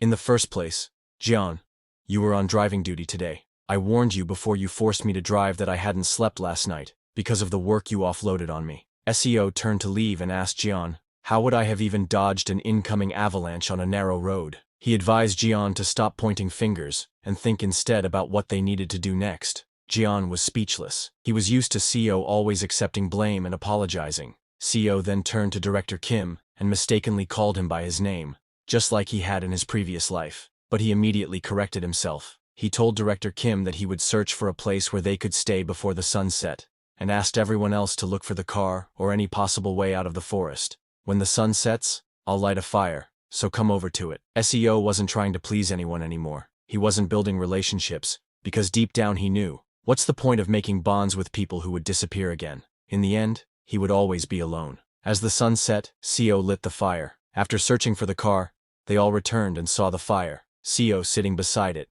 the others asleep. But only Seo was awake, his eyes wide with fear. He feared the unending regression, the infinite loop of time. He knew this ability had to be removed, and wondered if it would vanish if he somehow returned to Earth. But seeing how he always regressed back to this moment on the ascension path, he didn't know how to go home. He remembered what the old cultivator had said: when the ascension gate opens, nearby spaces destabilize. Ordinary humans could have been caught in spatial storms. Realizing that the ascension gate exists, Seo thought that it must be related to why they fell into this world, and maybe, just maybe, they could return to their original world using it. He decided that first, he must grow stronger. As an ordinary mortal, he couldn't accomplish anything. He needed to become a cultivator like Director Kim, and start cultivating. Once he gained a longer lifespan through cultivation, he would be able to research the ascension gate properly. Seo came out of the cave at night, and while looking at the sky, he decided that he would become a cultivator and go to the ascension gate. The next day, as the sun rose,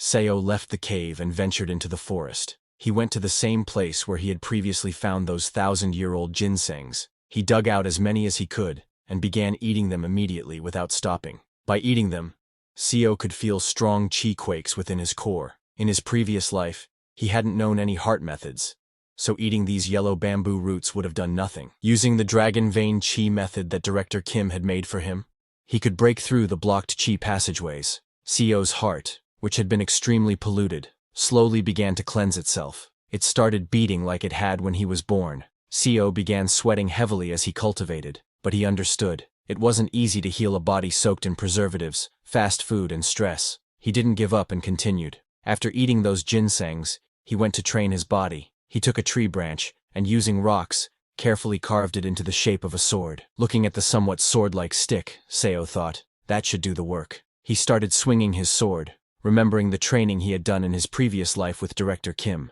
He recalled his footwork, and the way he used to swing his blade. In his past life, he had only been an average second-rate martial artist, and since he hadn't practiced near the end of his life, his skills had dulled. Of course, he wasn't completely helpless. He swung his wooden sword at a nearby tree using the Severing Mountain Sword first form. With just a wooden sword, Seo cut into the tree and created a deep mark. He could do this because the martial arts from his previous life were still all in his head. So, improving his skills was just a matter of time. But unknown to Seo, his sword practice had been seen by Director Kim, who had wandered into the forest. Director Kim was utterly shocked and called out from behind, asking, "What was that just now?" He ran up to Seo, asking, "How did you slash a tree with a wooden stick? Just what is that strength?" Seeing how excited Director Kim was, Seo smiled inside, thinking, "This is the man who will instruct me to become a cultivator." Seo turned to Director Kim and asked if he wanted to try learning this technique. Hearing that, Director Kim's face lit up with excitement. He asked Seo, "Can I really do it?" But before Seo could reply, something suddenly appeared and destroyed the tree where Seo had been practicing. It was none other than the nine-tailed fox. The nine-tailed fox glared at them angrily and shouted, "Filthy humans, how dare you play around in front of the master of this forest?" Seeing the nine-tailed fox, Director Kim was completely stunned. And not just him, even Seo grew very nervous. He had completely forgotten about the nine-tailed fox. In his second life, the nine-tailed fox had mercilessly bitten off Seo's arm. At that moment, Seo knew the only thing he could do now was endure. As the fox tore apart his arm and slightly eased its pain by applying pressure to his own acupoint, because he knew he was weak. In his first life, and even in his second, he was weak. But now, in this third life, as the nine-tailed fox appeared before him, Seo took a deep breath and walked toward it. Scared, everyone called out to Seo from behind, telling him not to go there. But Seo didn't listen to them and continued toward the nine-tailed fox. Even now, in his third regression, he still didn't know how his second life had ended up that way. In his previous life, Seo had decided to become a cultivator after reaching the 5-path core. But even after learning martial arts under the best master for over 100 years, he was barely considered a second-rank mastery warrior. Seo grabbed one arm with the other and used his strength to cut off his own arm, because he knew that compared to the people gathered here, his talent was trash. Seeing Seo cut off his own arm, everyone was shocked and terrified. Seo offered the severed arm to the nine-tailed fox to eat, because whether it took 1,000 years or 10,000, he was determined not to give up. Seeing Seo willingly offer his own arm, the nine-tailed fox laughed and said, "Human, you know your place. You know how to offer yourself as a sacrifice." The nine-tailed fox then decided to have a taste of Seo's arm. Hearing that, Seo silently resolved to offer his arm to the fox until the day he surpassed its strength. After the fox ate Seo's arm, it allowed them to stay, and then disappeared. Seo didn't care about the others. He simply went to a quiet place in the forest and kept swinging his sword. After a few days, the cultivators healed his arm and escorted his colleagues away. But Seo didn't eat, sleep, or rest. He kept swinging his sword. The only reason he stopped swinging on the 4th day was because the Sea Dragon King arrived. Seo greeted the Sea Dragon King with respect and said, "This lowly mortal dares to ask the Sea Dragon King a question." Seeing how respectful Seo was, the Sea Dragon King allowed him to speak. Seo asked, "It seems the Sea Dragon King wishes to take Miss O, but Miss O is just an ordinary person without spiritual roots, and ordinary humans cannot live longer than 100 years. What are your intentions toward her?" Hearing that, the Sea Dragon King laughed and said Seo was quite an observant mortal, someone who understood the state of cultivators well. But he told them not to worry, because once Miss O accepted his blood, she would awaken spiritual roots suitable for her. Seo was surprised to hear that, and asked the Sea Dragon King if perhaps he could give them a chance as well, since Miss O was from the same hometown, and maybe they too might possess some hidden ability. Hearing that, the Sea Dragon King smiled and told Seo to listen carefully. Just as he said that, Seo felt an overwhelming pressure on his chest and collapsed to the ground. The Sea Dragon King said, I will say one thing out of concern. Do not carelessly express your opinions to a high-ranking cultivator like me. We have lived for hundreds or even thousands of years. We see what mortals cannot see. We know what mortals do not know. He looked at Seo with glowing green eyes and continued, You have a good temperament, so I'll let it slide. But there are cruel ones who, just because your eyes met theirs, would tear you apart like insects and kill you. Saying that, the Sea Dragon King walked out of the cave with Miss O, then transformed into his dragon form, and flew back into the sky. Seeing the Sea Dragon King's true form, Director Kim was completely shocked. The next day, as the weather cleared and everyone came out of the cave, they encountered the old cultivator riding the mechanical lion. As the old cultivator appeared, Seo stepped forward, greeted him, and asked, Our colleague Miss Kim is just an ordinary person without spiritual roots, so how could she possibly become your disciple? Hearing that, the old cultivator laughed and took out an elixir, telling Seo that it was a very precious elixir, capable of opening spiritual channels. If one took it, even an ordinary person might gain the chance to become immortal. Seo was shocked to hear that there was another way to become a cultivator. The old cultivator explained that it was possible for mortals to reach the realm of the five-path core by pushing their martial arts to the extreme, but that path took too long, and the results were unsatisfactory, so this method was the best. After telling them everything, the old cultivator opened a portal to the mortal world and sent them into it, saying both of them were useless to him now, so they should get lost. Both Seo and Director Kim fell into the teleportation portal, and Miss Kim could only watch them disappear, screaming. Seo lost consciousness there, and the next time he opened his eyes, he found himself hanging from a tree branch above the ground. He looked ahead and saw a vast forest with some buildings in the middle. Seeing that, Seo realized that this was the southwestern root army of the Yan Kingdom, his past life. Just like in the second regression, he had wandered all over the Yan Kingdom with Director Kim. Having traveled the Yan Kingdom for over 100 years, there were almost no places he didn't know now. Seo climbed down from the tree and woke up Director Kim. After waking him up, both of them headed toward a nearby castle. Seo explained the situation to Director Kim, who seemed flustered, but likely because so much had happened already, he accepted most of it. A few days later, they arrived at the nearest Tiger Wall Castle. There, they sold herbal medicine from the immortal Ascending Village and bought a house. Seo began teaching Director Kim how to write and speak the language, as well as how to use the Severing Mountain Blade, which Director Kim had originally created in his second regression. Seo then modified the Severing Mountain Sword to better suit the weapon Kim used. Seo felt a bit disappointed with himself as he watched Director Kim, because Director Kim had reached the Three Blossoms Crown Peak only 3 months after starting martial arts training, while someone like Seo had spent 2 entire lifetimes just training and barely reached the first rate. After Director Kim reached peak level, he got excited and said, If it's now, I think I could even beat you. Hearing that, Seo smiled, realizing that the man in front of him was not the same big brother he once served in a past life. This Director Kim was mentally much younger than Seo. In terms of how long Seo had lived, he was now old enough to be Director Kim's grandfather, so Seo decided that he shouldn't stay with him in this life. He gave Director Kim martial arts cultivation scrolls and the exhausting record of transcending, a book Kim had created in his previous life. He told Director Kim that from today onwards, he would be going his own way. Hearing that, Director Kim was shocked and asked Seo, What do you mean by that? Did I make a mistake? Is that why you're leaving? What's the reason? When Director Kim asked about the reason, Seo remembered what had happened in his first regression. Director Kim had become the Martial Alliance leader, but fell into despair after losing to the cultivators. The second regression wasn't much different. Director Kim developed the record of transcending cultivation and exhausting martial arts, then created the record of martial arts surpassing through cultivation. He fought against the cultivators, but in the end, he was overwhelmed by a stronger one and fell to the ground. After that, Director Kim disappeared, saying he would become a cultivator, abandoning the path of martial arts, and Seo thought maybe this life would end up the same. This time, he no longer wanted to see his brother Kim fall into that same despair again, so Seo made an excuse, telling Director Kim that he wanted to travel alone and improve his skills. Hearing that, Director Kim asked Seo if he couldn't do that with him, questioning how he was supposed to live without Seo. Seo told Director Kim that with his martial arts skills at the current level, he should be able to live well. Seo reminded him that he had already taught him how to speak, write, and even martial arts.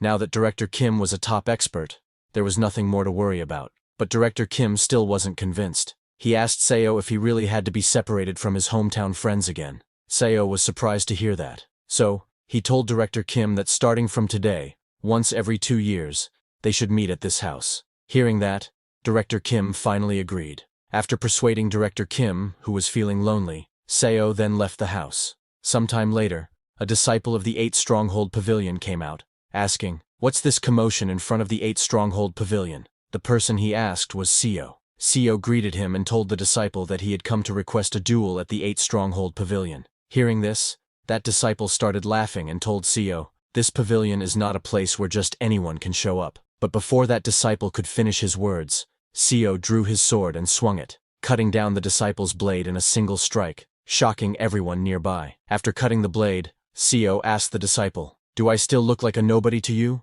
Seo had made up his mind. He was determined that he would definitely become stronger. After challenging the 8 Stronghold Pavilion and cutting the disciples' blades, Seo was welcomed inside the pavilion. Once inside, a girl came to escort him. She asked him to please come to the inner quarters, saying the sect leader was waiting there. Seo followed the girl into the inner quarters, where she led him to an arena where the sect leader was waiting. The audience consisted of the disciples of the 8 Stronghold Pavilion. When the sect leader saw Seo, he smiled and said he was curious who this first-rate master could be, especially since Seo was such a young junior. Seo greeted the sect leader saying, "This humble one, Seo Yun-hyun, greets the sect leader of Palgyeonggak." Hearing that, the sect leader laughed and praised Seo, saying his energy was extraordinary. Seo also praised the sect leader, saying his energy was extraordinary as well, and asked him to please grant him his guidance. The sect leader immediately took out his weapon, a spear whip. He swung his spear whip and told Seo that he would begin first. Seo took out his sword. The sect leader moved very fast and attacked Seo's legs, but Seo quickly dodged the attack. However, it was only the sect leader's main attack. As Seo dodged and was in mid-air, the sect leader infused energy into the spear whip and attacked. His attack was aimed at Seo's head, which surprised him. But Seo moved his sword with lightning speed and easily deflected the attack. The disciples of the 8 Stronghold Pavilion were shocked to see their sect leader's 9-section whip blocked by a sword. Looking at Seo's reaction speed, the sect leader was impressed and said, "Young warrior, you have reached the state of sword-body unity and are at the late stage of first rate." Seo also praised the sect leader for completely integrating with martial arts, saying that thanks to that, he had seen a new technique. The sect leader laughed and told Seo that to be at the same level as him at such a young age, Seo truly was a genius. Hearing the sect leader calling him a genius, Seo laughed because being called a genius was not a compliment to him. It might be surprising that he, who appeared to be in his late 20s, had reached a level that usually took decades of training. Seo smiled and thanked the sect leader for complimenting his insufficient talent, because he knew that in reality, he was merely one of countless mediocre dullards in this world.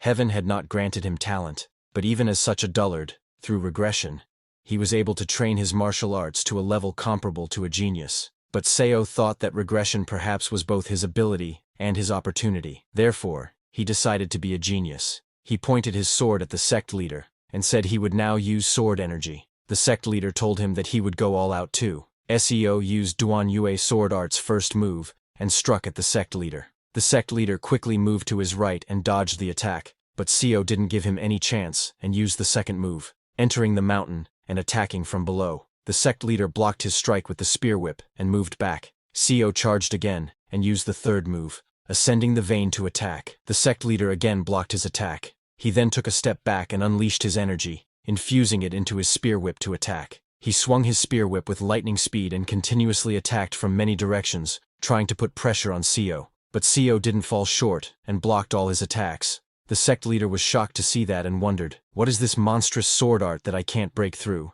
The sect leader again aimed at Seo's legs, trying to shake his balance, but it was no use as Seo jumped and dodged again. While Seo was in mid-air, he used his Duan Yue sword's 7th move, Deed Mountain, and charged straight at the sect leader with incredible speed. It looked like Seo was attacking with thousands of swords, and the sect leader could not dodge. The sect leader barely dodged slightly, getting his cheek cut. Seeing that, the disciples of the 8 Stronghold Pavilion were shocked, saying, "This can't be." Seo's sword speed was increasing with each move. Seo used his 11th move, destroying the ground. The sect leader jumped and dodged the attack. The disciples were stunned to see that it wasn't just speed. The sword was gaining destructive power as well. Seo charged again, and attacked with his energy-infused sword. The sect leader blocked Seo's swords with his infused spear whip. The collision released huge amounts of energy.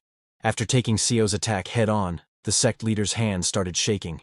Seeing that, Seo decided to finish it here. He jumped high into the sky and used his 12th move, 7 Lights Emerging Peak. Seeing him, the sect leader also attacked.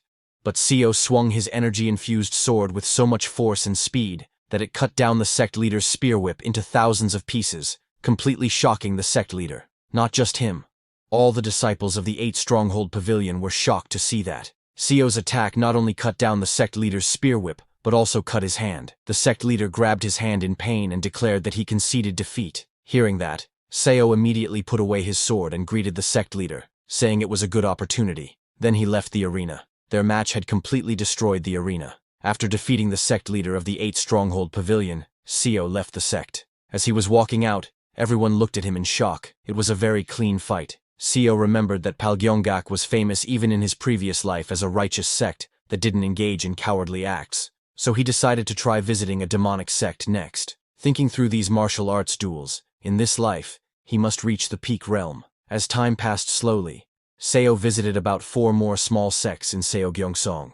Among them, he lost duels at Aeol-yubo and Hwyeongmun, and won against sects like Gaejubang and Yukgyeolbo. Then he went to Hwodangpa, where he fought a warrior. He first cut down that warrior's blade and sent him flying. The warrior flew towards his sect master and was unconscious because of Seo's powerful attack. Seeing that, the sect leader of Hwodangpa laughed and said, "So the young first-rate master who's been challenging people to duels all over Seogyeongsong recently was you after all." He told Seo that he had seen his skill well. Seo greeted the sect leader, saying he too had learned a lot. Just then, many warriors came out of the door behind the sect leader. The sect leader asked Seo if he was ready because now it was the turn of the 10 elders. Seeing that, Seo was surprised, wondering, "What is this? Is this the demonic sect's way?" He asked the sect leader, "Didn't the duel just end with my victory? I have never heard of continuous battles or a 10-on-1 duel." With a smirk, the sect leader said, "Didn't you just hear?" Hearing that, Seo realized that this guy was playing word games. He tried to scare the sect leader, saying that if he widely announced today's cowardice to other sects,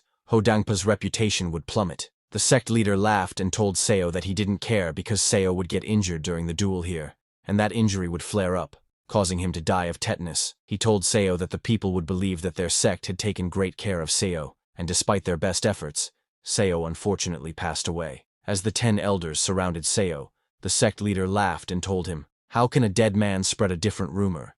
This situation was even more than Seo had expected. They were crazy bastards. All the elders pointed their swords at Seo, and the sect leader told him that if they killed him here, it wouldn't affect their reputation. It sounded very dangerous, but Seo smiled because this was also why he came here. He pulled out his sword and asked the sect leader to come at him, saying he would accept this absurd duel. All the elders charged at Seo, and from then on, a real fight began. As the sun set over the Hwodangpa region, the streets lit up with joy. People were enjoying their night, drinking at inns. A drunk man told his friend that he had heard the young master who had been challenging every sect to a fight went to duel Hwodangpa this time, saying, "What a pity for such a young talent." His friend agreed, saying, "To challenge an illegal organization like the evil sect to a duel is just asking for death." Their third friend told them, "That's how it usually is, isn't it? When one is young, they believe this world will go their way." Something like that kind of innocence. A guy from another table stood up and said, "That young man just relied on his skill and acted rashly, bringing about his own death. The Hwodangpa may seem like a sect on the outside, but inside, it's no different from a bandit's den. He's probably buried by now." While they were talking, just then, someone entered the inn wearing shoes soaked in blood. The waiter turned to welcome the new guest, but was shocked when he saw him. It was Seo, completely soaked in blood with small injuries around his body. He ordered 1 bowl of noodles. Everyone in the inn was shocked to see Seo. The waiter nervously asked him to come in and sit down. Seo went to sit down, and as he passed by others, everyone lowered their heads, not looking him in the eyes. But it was a normal reaction, because Seo had a very angry expression. He was angry at those crazy bastards of Hwodangpa. He really almost died. Not just in a 10-to-1 fight, but they even cowardly poisoned their weapons and injured his back with them. It was a good thing Seo had learned top-tier medicine when he was a strategist for the Martial Alliance. If he hadn't taken the antidote pills and stimulants he had prepared beforehand, he would have died. He killed all 10 of the elders. But then, with that crazy old man's final, desperate act, he shouted for his disciples to kill Seo somehow. All the miscellaneous soldiers of the sect, carrying spears and arrows, formed a battle formation and charged. Seo just fought like a beast, not caring about technique or anything, just trying to survive. Even so, Seo survived. He cut the meridians of those who were still breathing, crippling them so they wouldn't come looking for revenge, and he killed their sect leader. While eating the noodles, he saw his hand shaking.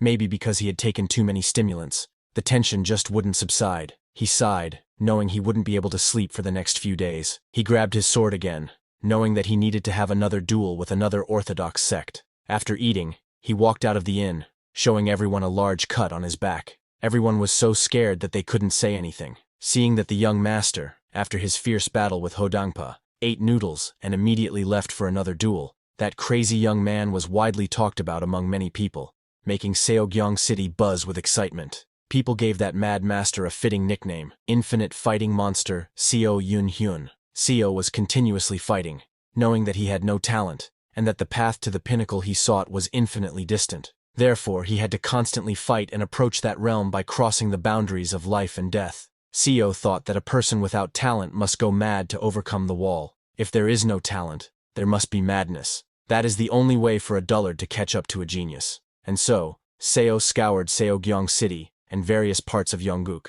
engaging in duels several times a day, regardless of whether they were orthodox or evil sects. And like that, 5 years passed. 5 years later, suddenly there was a blast in front of a house. It was Seo who jumped into the air and used his mountain-breaking sword art's 14th form, Q Mountain Heart Stream. He collected energy from nature. Its energy was like a mountain.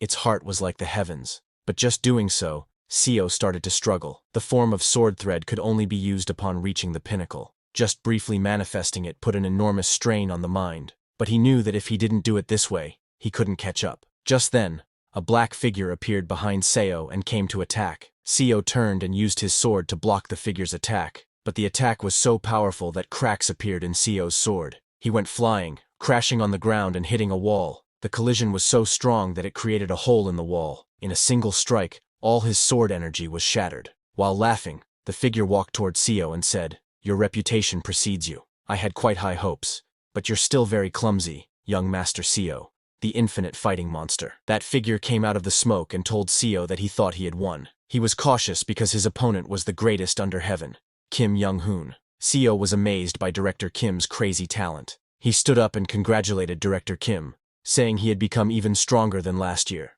Well, he was right because Director Kim had completed his transformation in just 5 years. Looking at the cut marks on his hands, Seo wondered what on earth he himself had done in those 5 years. His realm was still at the top tier. With a sad expression, Seo accepted that talent is truly something that makes a person miserable. Then, after they calmed down, Seo asked Director Kim what brought him here, because hadn't they agreed to meet every 2 years?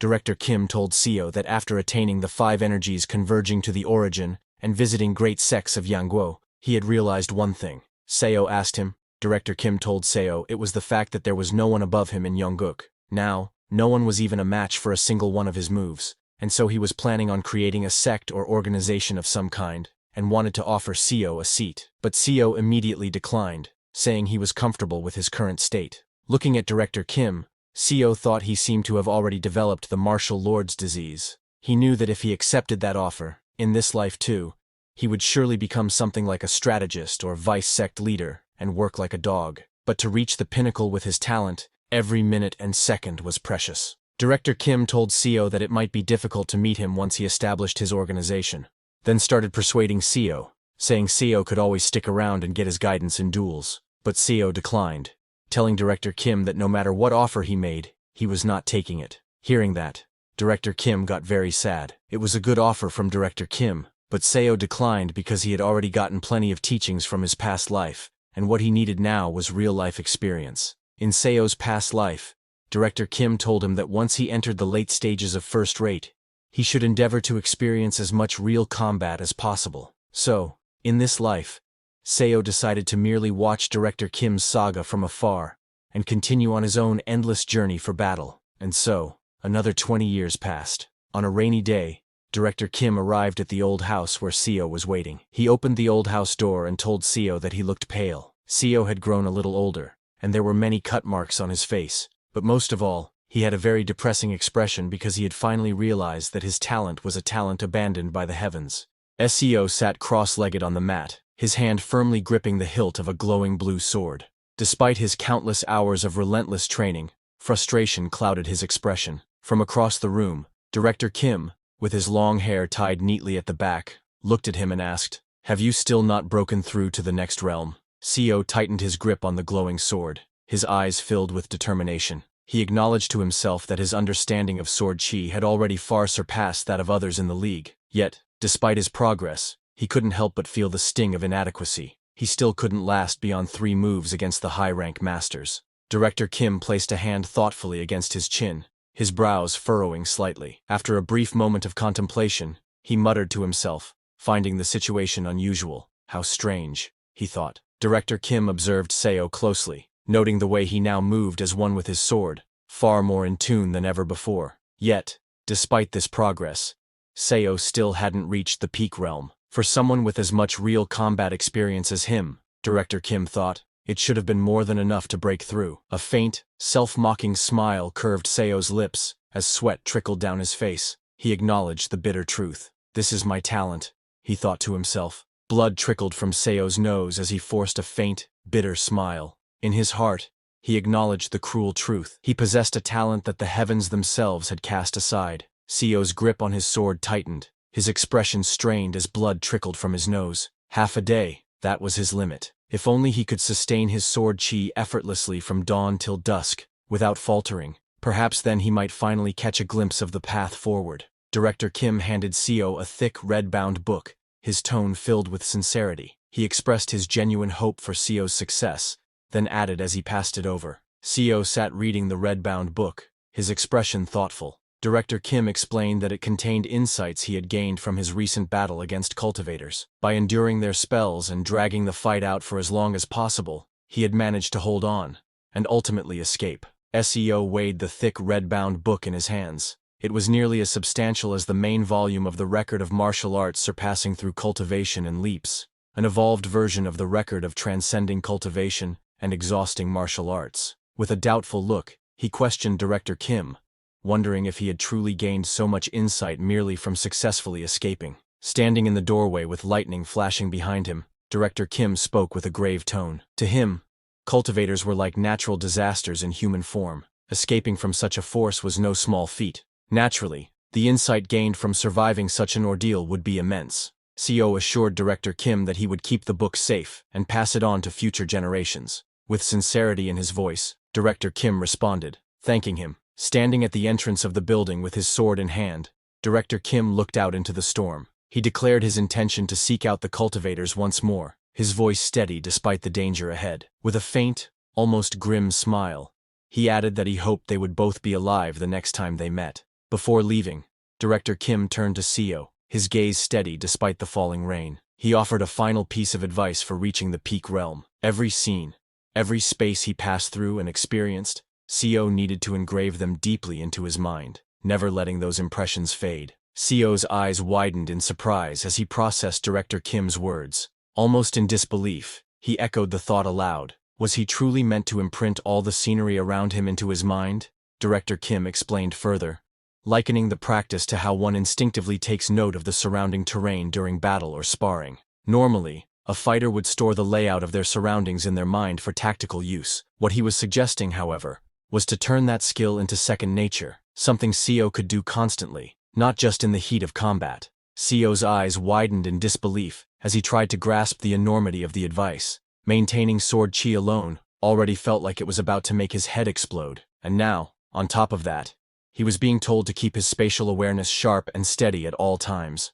The thought left him wondering how anyone could possibly manage such a feat. A wave of pressure and strain built inside Seo's mind, the thought gnawing at him relentlessly. If this keeps up, will my head really explode? He wondered, feeling the weight of the task pressing against his very limits. Seo shook his head firmly. There had to be a reason why the strongest martial artist under heaven had entrusted him with such a task. It wasn't meaningless. There was purpose behind the challenge. From that day forward, Seo committed himself to a new discipline. He made a conscious effort to remember every space that came into view, training his mind to retain every detail. Over time, he began to recall exactly where everything was. SEO moved through the bustling streets, the vibrant scene unfolding around him. Every detail, the flow of the crowd, the arrangement of buildings, the colors and sounds, he committed to memory, sharpening his awareness with each passing moment. As Seo walked through the crowded streets, he paid attention even to the smallest details, the sound of footsteps against the tiled ground,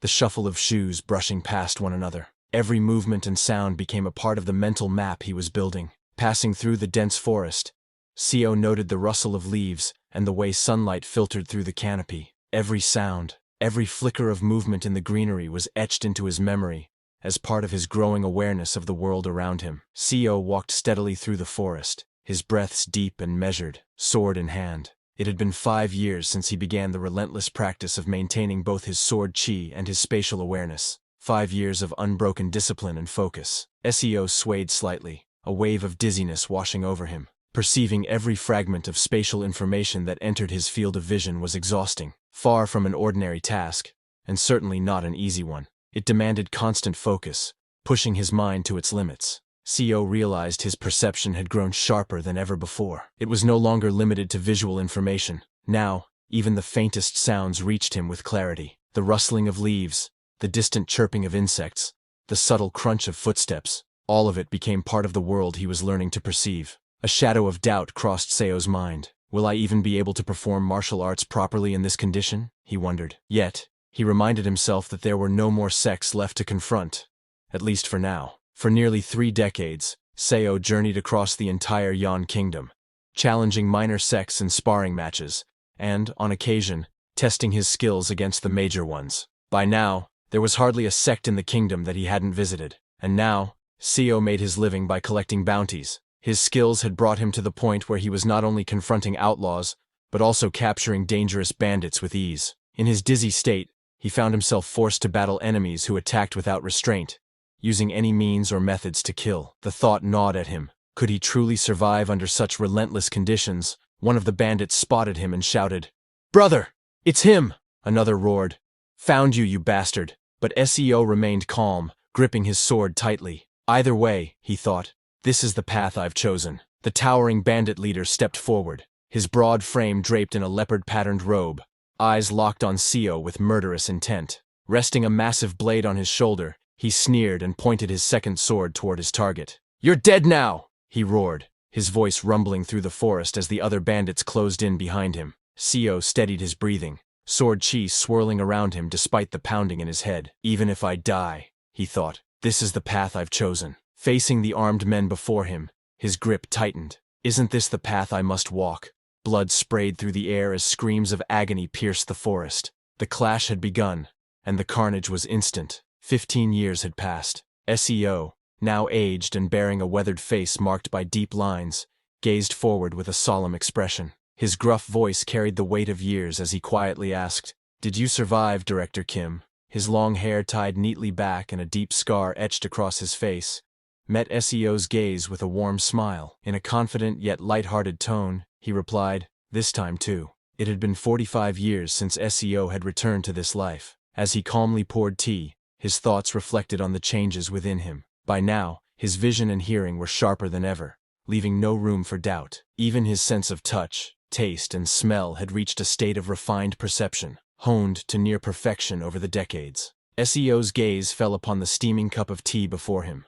Despite all the refinements his senses had achieved over the decades, he knew in his heart. Seo's expression grew heavy, his eyes shadowed with the weight of regret. Even after all these years, he thought to himself, I still haven't become a master at the peak. Seo's eyes burned with fierce frustration, the weight of decades pressing down on him. The thought echoed relentlessly in his mind, rising into a silent roar. I still haven't. Director Kim sat across from Seo, a faint smirk playing on his lips as he sipped his drink. He explained that it seemed he had become wanted. Perhaps he had gotten a bit too famous among the cultivators. 2 of them, he continued, had even gone so far as to set a trap and lie in wait for him. Seo recounted his experience with a measured tone. He explained that he had barely managed to escape the ambush, though he did succeed in leaving a small cut on one of his attacker's cheeks. Looking toward Director Kim, he remarked that surely Kim must have gained valuable insight from this encounter as well. Director Kim scoffed at the idea of insight, dismissing it as nonsense. Placing his hand on the cup, He admitted that, even now, he still couldn't defeat a judgment stage Taoist. If he failed to escape in such a fight, he knew the outcome. He would end up as nothing more than a corpse lying on the ground. Director Kim tilted his head back slightly, his expression thoughtful as he confessed what had been weighing on his mind lately. He admitted that the extreme state of the five-path core he had reached might, in fact, be the very end of the martial path itself. Director Kim reflected aloud, wondering if even the martial arts record SEO had first given him, one that claimed martial arts could surpass cultivation, was perhaps flawed. He questioned if SEO had ever shared his thoughts, that no matter how strong or skilled one became, martial arts alone could never truly defeat cultivators. For some reason, SEO found himself seeing a reflection of his own past and struggles in Kim Young-hoon. SEO observed that Kim Young-hoon clearly possessed a talent blessed by the heavens. In contrast, he reflected bitterly, he himself had been born with a talent abandoned by the heavens. SEO reflected that he and Kim Young-hoon possessed talents that were complete opposites, one blessed by the heavens, the other abandoned by them. Yet, despite this stark contrast, he couldn't help but wonder, why does he look so much like me? SEO admitted his frustration at not knowing why he couldn't reach the peak realm. Director Kim considered this, and noted that even after mimicking sword chi and adopting the perspective of the peak realm, SEO still couldn't attain it, and he still had no idea why. Under the quiet night sky, Director Kim suggested having a sparring match for old time's sake. SEO responded with a faint smile, saying it was the best thing he had heard in a long while. The moon hung high in the night sky, casting a gentle silver glow over the quiet forest below, as if silently bearing witness to the coming clash. The stillness of the night was shattered by a deafening clash, the air erupting with explosive force as their battle began, sending shockwaves rippling through the trees under the moonlit sky. SEO staggered back, clutching his side as pain surged through him. Gritting his teeth, he shouted in frustration, "What the hell do you think the problem is?" Director Kim, standing with his sword in hand, admitted honestly that he didn't know the reason. By all rights, SEO should have become a peak master long ago. Blood dripped from SEO's mouth as he staggered, his voice sharp with confusion and urgency. "What do you mean? How strange. How bizarre. Why is this happening?" Director Kim wondered himself, struggling to comprehend. He said that even if SEO truly had no talent at all, this outcome still didn't make sense to him. Hearing that, SEO's eyes widened in shock and confusion. Director Kim placed a thoughtful hand on his chin, his gaze steady. "Perhaps, what you're missing," he suggested, "is the right trigger." SEO repeated the word softly. "Trigger," Director Kim explained. "Something like desperation, or a driving force. Something that could push you past the limits of your talent by drawing out extreme focus." SEO's rage exploded as he shouted, his voice echoing with decades of frustration. "What kind of damn trigger are you even talking about? I've wielded a sword for over 50 years, my whole life." SEO's eyes burned with fury and desperation as he roared, "And now you're telling me, what kind of trigger do I still need to yearn for, and how much more desperately?" His voice trembled with raw emotion. "I've risked my life and struggled all my life just to escape mediocrity." SEO roared with fervent intensity, raising his sword high. "I've activated every meridian in my entire body. Now, even when I sleep, I hold my sword and release sword energy. Even in my dreams, I've reached the point where I process every bit of scenery and information I see." SEO collapsed to his knees, his voice breaking with anguish. "Then why? Why? Just why the hell? You're telling me the next realm won't reveal itself to me? Why? Why the hell not?" SEO lay sprawled on the ground, his sword cast aside, his breath ragged. Even he knew how pitiful it is for an old man, nearly 70, to resent the heavens. His voice cracked with anguish. Just why?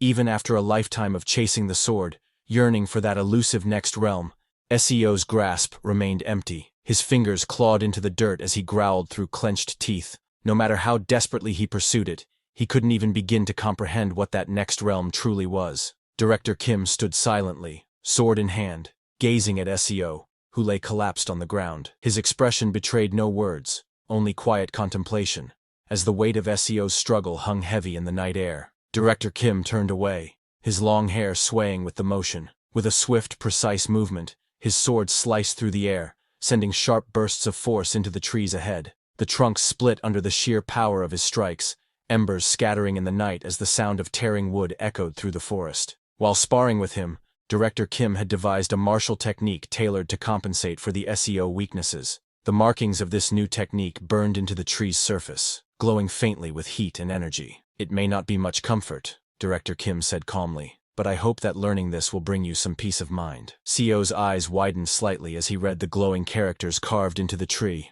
Mountain King's martial art, and moon crossing step, recognition dawning in his voice. His grip tightened on his sword, a mixture of awe and reluctance filling his gaze. He looked toward the place where Director Kim had been standing moments ago, and sighed bitterly. You'll disappear again, just like that. 5 years later, the serene courtyard basked in the gentle warmth of autumn. The once vivid greens of the surrounding forest, now transformed into a tapestry of gold, crimson, and amber. SEO tightened his grip on his sword, his weathered eyes filled with the weight of countless years. It had been 50 years since he had returned to this life, and now he could feel the end drawing near. He knew there was not much time left before death would finally claim him. SEO stood in the open courtyard, gazing upward as if speaking to someone beyond the mortal realm. Brother Young Hoon, you died, his voice heavy with sorrow. A deep sigh escaped him. So this is the fate the heavens have chosen for both you and me. SEO's gaze softened as he reflected on the harsh truth of his journey. With my talent, he thought, no matter how hard I struggled, this was as far as I could go. His expression grew somber as he considered his fallen comrade. And your talent too. Perhaps that was its limit. Walking away with a sword in hand, SEO spoke with a voice heavy with resignation. No matter how much ordinary men like us struggle, we can't escape the fate the heavens have set for us. From behind, a voice cut through the air in sharp defiance. What kind of nonsense are you spouting, Seo Yun-hyun? It was Director Kim. Blood streamed down Director Kim's face as he staggered forward, desperation blazing in his eyes. Wait! He cried out, his voice hoarse and trembling. A violent cough shook his body, forcing blood from his lips. SEO's eyes widened in alarm as he caught sight of Director Kim's grave injuries. Your condition is serious, he exclaimed urgently. Without hesitation he added, I need to get my medical tools from home. But suddenly something grabbed SEO from behind. His expression tightened in alarm. His eyes widened, sensing something unexpected. In an instant, SEO was hurled into the air by Director Kim, and just as they fly into the sky, the ground erupted in a violent explosion of dirt and debris, the shockwave echoing across the courtyard. As they were hurled through the air, SEO's eyes widened in shock. What? He thought in disbelief. His gaze locked on Director Kim, and a chilling realization struck him. Weren't both of his arms cut off? Director Kim shouted over the rushing wind, his voice filled with urgency. Look, Yoon-hyun, that crazy cultivator bastard is chasing after us. A bitter laugh escaped him despite the danger. This is the price I paid for blasting off one of the judgment stage cultivator's arms. Blood streamed down Director Kim's face as he let out a wild, almost manic laugh. He roared. His eyes burned with a fierce sense of accomplishment. I dealt meaningful damage to a judgment stage cultivator. Director Kim's bloodshot eyes burned with a wild, unrestrained fervor. I saw with my own eyes the realm beyond the 5-path core, he declared, his voice trembling with exhilaration. The one no martial artist can reach. His expression twisted into manic laughter. I saw it with my own eyes. SEO's eyes widened in shock, his face frozen in disbelief as he looked on, utterly stunned by what he had just heard. Director Kim, his face bloodied and his robes torn, shouted for attention with a mix of triumph and desperation.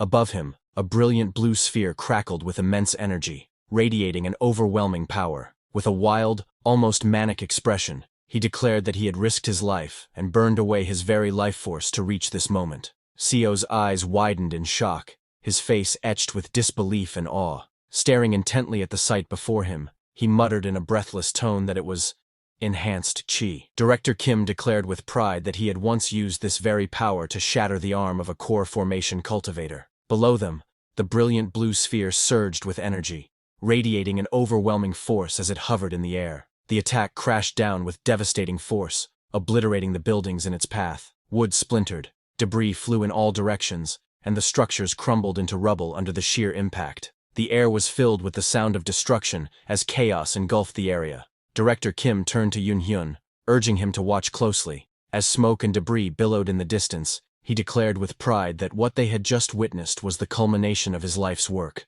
devoting himself entirely to the training of martial arts. Seo's expression softened with shock and sorrow as he gazed into the distance. His voice trembled, barely above a whisper, as he uttered in disbelief and grief that his house was gone. Seo looked upon the smoldering ruins, his heart heavy with loss. He reflected that he had invested every bit of money he had gathered over 50 years into this home, pouring his boundless fighting spirit into its creation. Director Kim, blood streaming down his face and his expression twisted with manic excitement, let out a triumphant laugh, and shouted for them to look. He declared that he had traveled far and wide just to show this moment, because he had decided to entrust his will to them. In that moment, Seo felt his mind go blank as a surge of rage welled up inside him. Yet, he forced himself to remain composed, steadying his emotions as he focused on watching director Kim's martial arts performance. The spot where a grand 3-story building once stood had been completely obliterated, vanishing in an instant without leaving even a trace behind. Amid the burning wreckage, Seo reflected grimly that it was fortunate there had been no servants in the house at the time. Otherwise, hundreds of lives would have been lost in that single devastating attack. Seo examined the wreckage, noting the faint blade traces left among the few remnants. Realization struck him. The ball of enhanced chi from earlier had been a concentrated fusion of thousands of blade energies. Seo was awestruck by the sheer power he had just witnessed. It was stronger than any martial arts technique Director Kim had ever shown him before, an unbelievable force that left him in disbelief. Director Kim, bloodied but resolute, explained that this was how he had managed to shatter the arm of a core formation cultivator. In the past, he had been forced to rely on ambushes or assassinations just to take down cultivators in the chi building stage. But now, he declared, he could face them head-on. As the ground rushed up to meet them, Seo shouted in alarm that they were falling. Both he and Director Kim plummeted through the sky, their robes and hair whipping violently in the wind. The two crashed into the ground with tremendous force, sending debris and shockwaves exploding outward. The impact tore through the earth, scattering dirt, stone, and shattered branches into the air as the surrounding trees shook violently. Dust and debris slowly settled over the impact site. Splintered wood and scattered rocks lay strewn across the ground, while faint trails of smoke curled upward into the air, marking the aftermath of their violent fall. A crater marked the spot of their impact, dust still rising into the air as the red autumn leaves swayed gently in the breeze. From within the settling haze came a faint, earnest plea, asking not to forget these techniques. Bloodied and lying on the ground, Director Kim spoke with labored breaths. He said that these techniques were the culmination of his life's realizations, and pleaded for his martial arts to be passed down to future generations. Seo knelt beside the fallen and bloodied Director Kim, his voice firm, yet filled with concern. He told him that he had heard his words, and urged him to stop talking, reminding him that his life was at stake. Perched high in the branches of a towering tree, a figure looked down with a cold, confident gaze, and declared that they had found the ultimate martial spirit. They remarked with a hint of mockery that it was quite a terrible place to try and run to. Below, Seo stared upward, tension evident in his expression. The cultivator in blue looked down sharply and called out to Seo, addressing him as a civilian. His tone was cold and commanding as he declared that Director Kim was a criminal who had committed unspeakable crimes against the cultivators, ordering Seo to leave him there. Seo, his expression tense and wary, looked toward the cultivator and asked if he was there to punish Director Kim, or if perhaps he was an acquaintance of his. Without hesitation, Seo scooped up the wounded Director Kim and sprinted away at full speed. The ground blurred beneath his feet as he dashed forward, determined to escape before the cultivator could make a move. From his perch on the tree, the cultivator in blue clicked his tongue in irritation, calling the attempt pointless. Watching Seo carry Director Kim away, he wondered aloud if Seo had never heard about them from the ultimate martial spirit. The cultivator in blue let out a dark chuckle, deciding to treat the situation as entertainment. As ominous purple energy swirled around him, he taunted Seo, telling him to run as fast as he could. As Seo carried Director Kim away at full speed, looking back, Seo's eyes widened in shock. Gasping for breath, he began to utter in disbelief. Seo's eyes widened in horror as he spotted a horde emerging from the purple haze beneath the cultivator in blue. Their lifeless faces and glowing eyes left no doubt. These were corpses. His shock deepened as he recognized them for what they truly were. Jiangshi. Seo sprinted forward with Director Kim in his arms, gritting his teeth in frustration and muttering that he was too old for this. Behind them, the Jiangshi let out chilling screams and charged in relentless pursuit. As Seo ran with Director Kim in his arms, he panted heavily but still managed to speak. He asked if the title Ultimate Martial Spirit was something the cultivators had given him, remarking that it was quite a unique name. Seo, still catching his breath as he was carried away, exclaimed that it was bizarre. The Ultimate Martial Spirit and the Infinite Fighting Spirit. Two legendary spirits, now running for their lives from the Jiangshi. He couldn't help but point out just how strange the situation was. Seo, breathing heavily as he carried his companion on his back, urged desperately, "Never mind that. You need to stay awake. Please, say something. Behind them, the relentless Zhangshi closed in, their eerie movements and expressions making the chase even more harrowing. One of the Zhangshi lunged forward with a terrifying scream, its pale face twisted in rage and hunger, eyes glowing with an unnatural light as it reached out with clawed hands toward its prey. The Zhangshi lunged at Seo with a feral roar, its claws slashing through the air. Seo, gritting his teeth, twisted his body mid-stride, narrowly avoiding the attack while keeping hold of Director Kim he was carrying, and slicked off the Zhangshi's head with his sword. Then Seo kicked that Zhangshi's side with brutal force. The impact reverberating through his body sends the Zhangshi flying, that Zhangshi flung backward into the others. The force of the impact sent multiple Zhangshi tumbling to the ground in a heap. Seo ran through the forest, his breath ragged as he carried another on his back. Damn it. You should be the one running with me on your back, he growled at Director Kim in frustration. I'm gonna die from suffocation. Why did you have to get your arms cut off? The Zhangshi refused to give up, their relentless pursuit echoing through the forest with shrill cries. Seo clenched his jaw, forcing himself to keep moving forward, his breathing heavy and ragged as he carried his companion on his back. Morning came, and night faded away. Countless times the sun had risen and fallen, yet he kept running, boots pounding against the dirt as the relentless Zhangshi trailed close behind. Sweat dripped down Seo's face as his breath came in ragged gasps. Each inhale burned his lungs.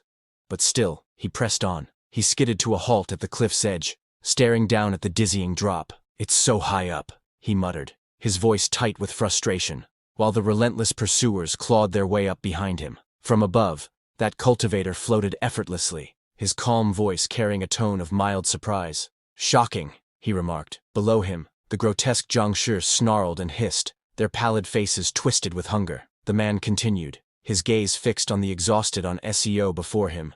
You, a mere civilian, managed to withstand the Zhangshi for 3 days and nights. The man's voice grew colder as he continued. You cannot run anymore. His piercing gaze locked onto his target. It's also futile to do so. The cultivator's voice was laced with finality as he declared, the ultimate martial spirit is already dead. Seo, drenched in sweat and gasping for breath, clenched his teeth. His body trembled from exhaustion, yet he still held onto the hilt of his weapon, refusing to collapse. Seo's voice was weak yet steady as he stood at the cliff's edge, the weight of another person slung across his back, his breathing ragged. Then, with a faint wry smile, he added, I'm a physician after all. The cultivator in blue fixed his gaze on Seo and asked coldly, then why were you running? His tone carried no sympathy as he continued, I am only interested in the ultimate martial spirit.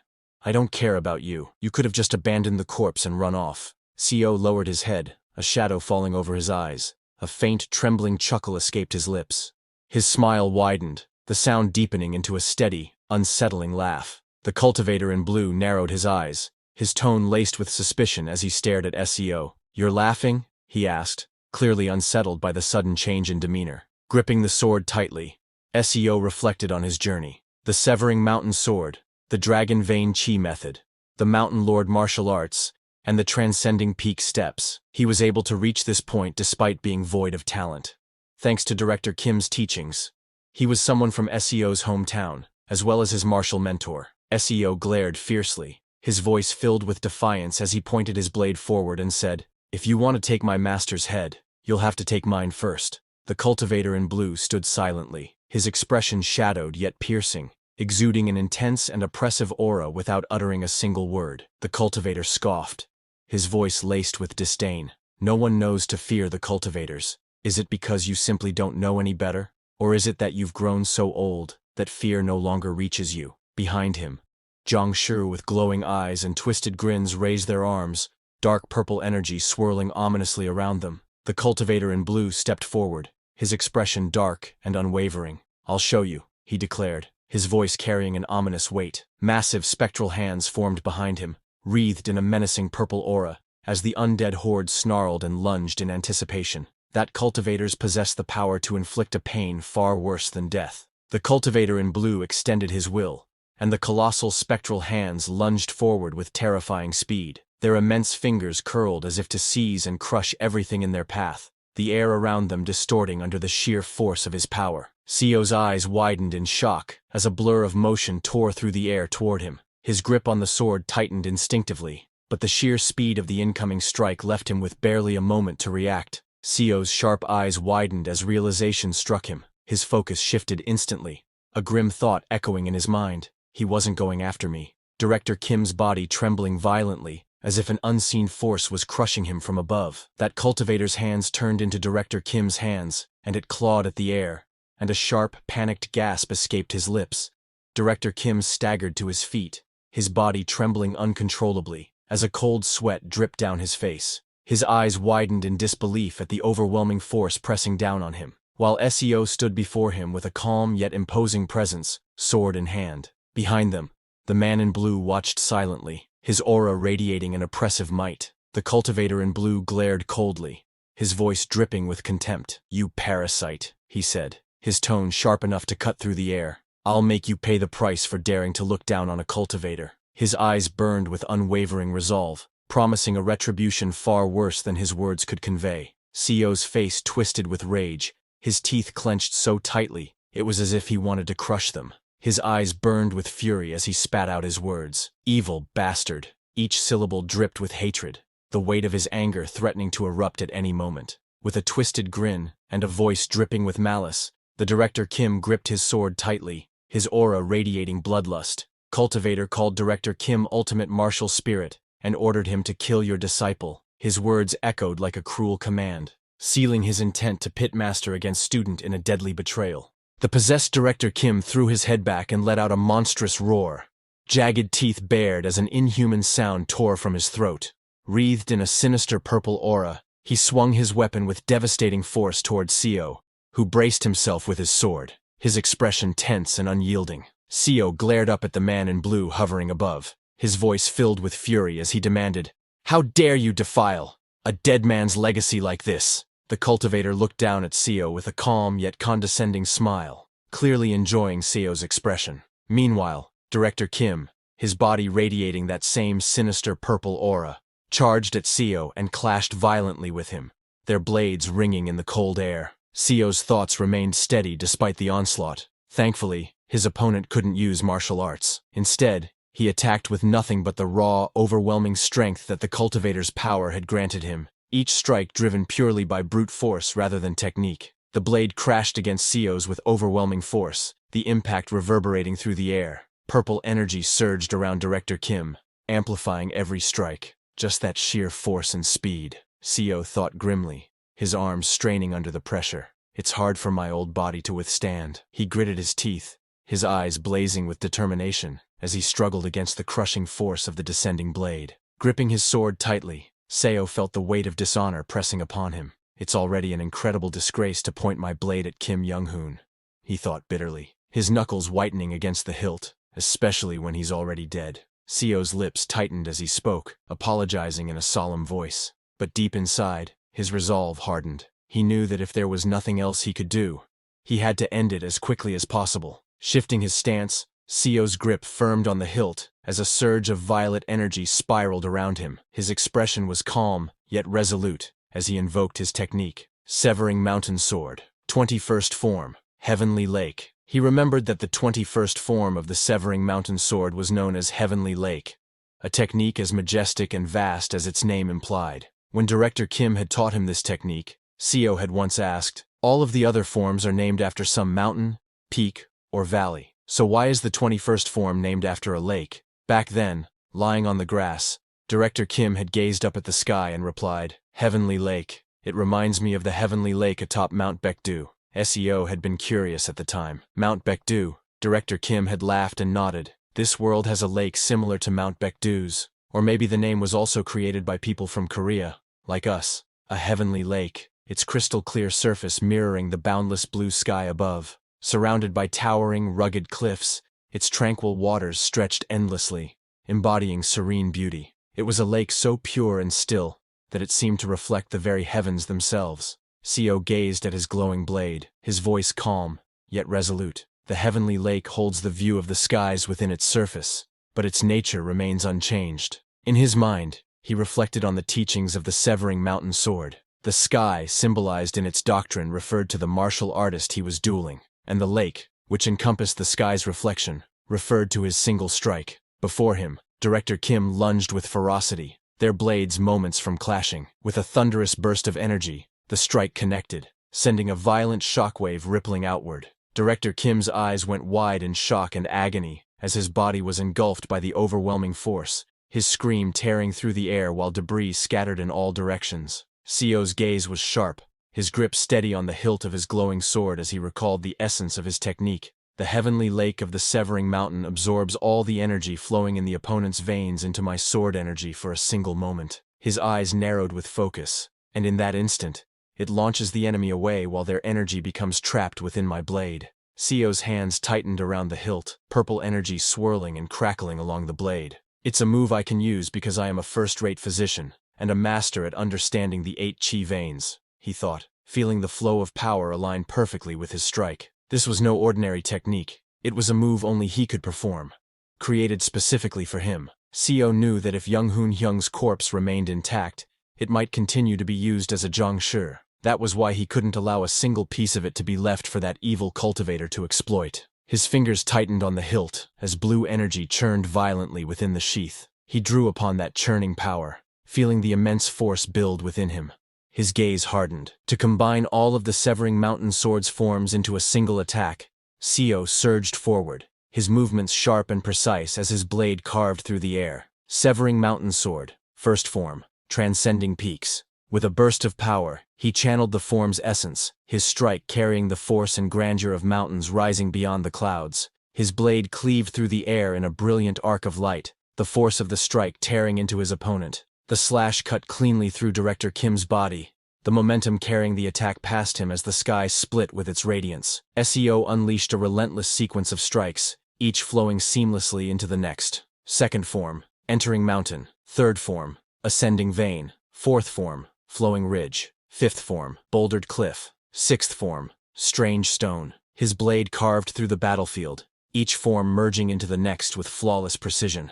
The ground split and shattered under the force, fragments of rock erupting into the air as arcs of swordlight tore across the terrain. Director Kim let out a blood-curdling scream as countless deep gashes tore across his body in a crisscross pattern. Blood sprayed in every direction, his form trembling violently under the unrelenting assault of Seo's devastating strikes. Seo's eyes burned with fierce determination, his expression twisted with resolve. I'll cut him to pieces, so the cultivators can never defile his legacy further by turning his corpse into their puppet.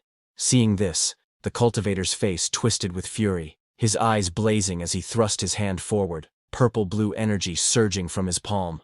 "You insect!" he roared, his voice echoing like a thunderclap, the raw force of his rage and power aimed directly at his target. As he poured the pure purple-blue energy into Director Kim's body, it transformed into a monstrous figure that let out a guttural, ear-splitting roar. Its deformed, muscle-bound body trembled with rage, black tattered wings flaring menacingly from its back as dark energy rippled outward. From below, Seo stood unfazed, his white hair whipping in the turbulent air, staring up at the beast without a hint of fear. His expression hardened, beads of sweat running down his weathered face as he quickly assessed the situation. He's boosted him with even more power and speed, Seo thought grimly, his sharp eyes tracking the enemy's movements. There was no time to hesitate. He needed to dodge, and fast. But his initial instinct wavered, his thoughts shifting in an instant. What use is there in dodging? He realized grimly. His eyes locked onto the monstrous foe barreling toward him. My life will end soon. I'm already as good as dead.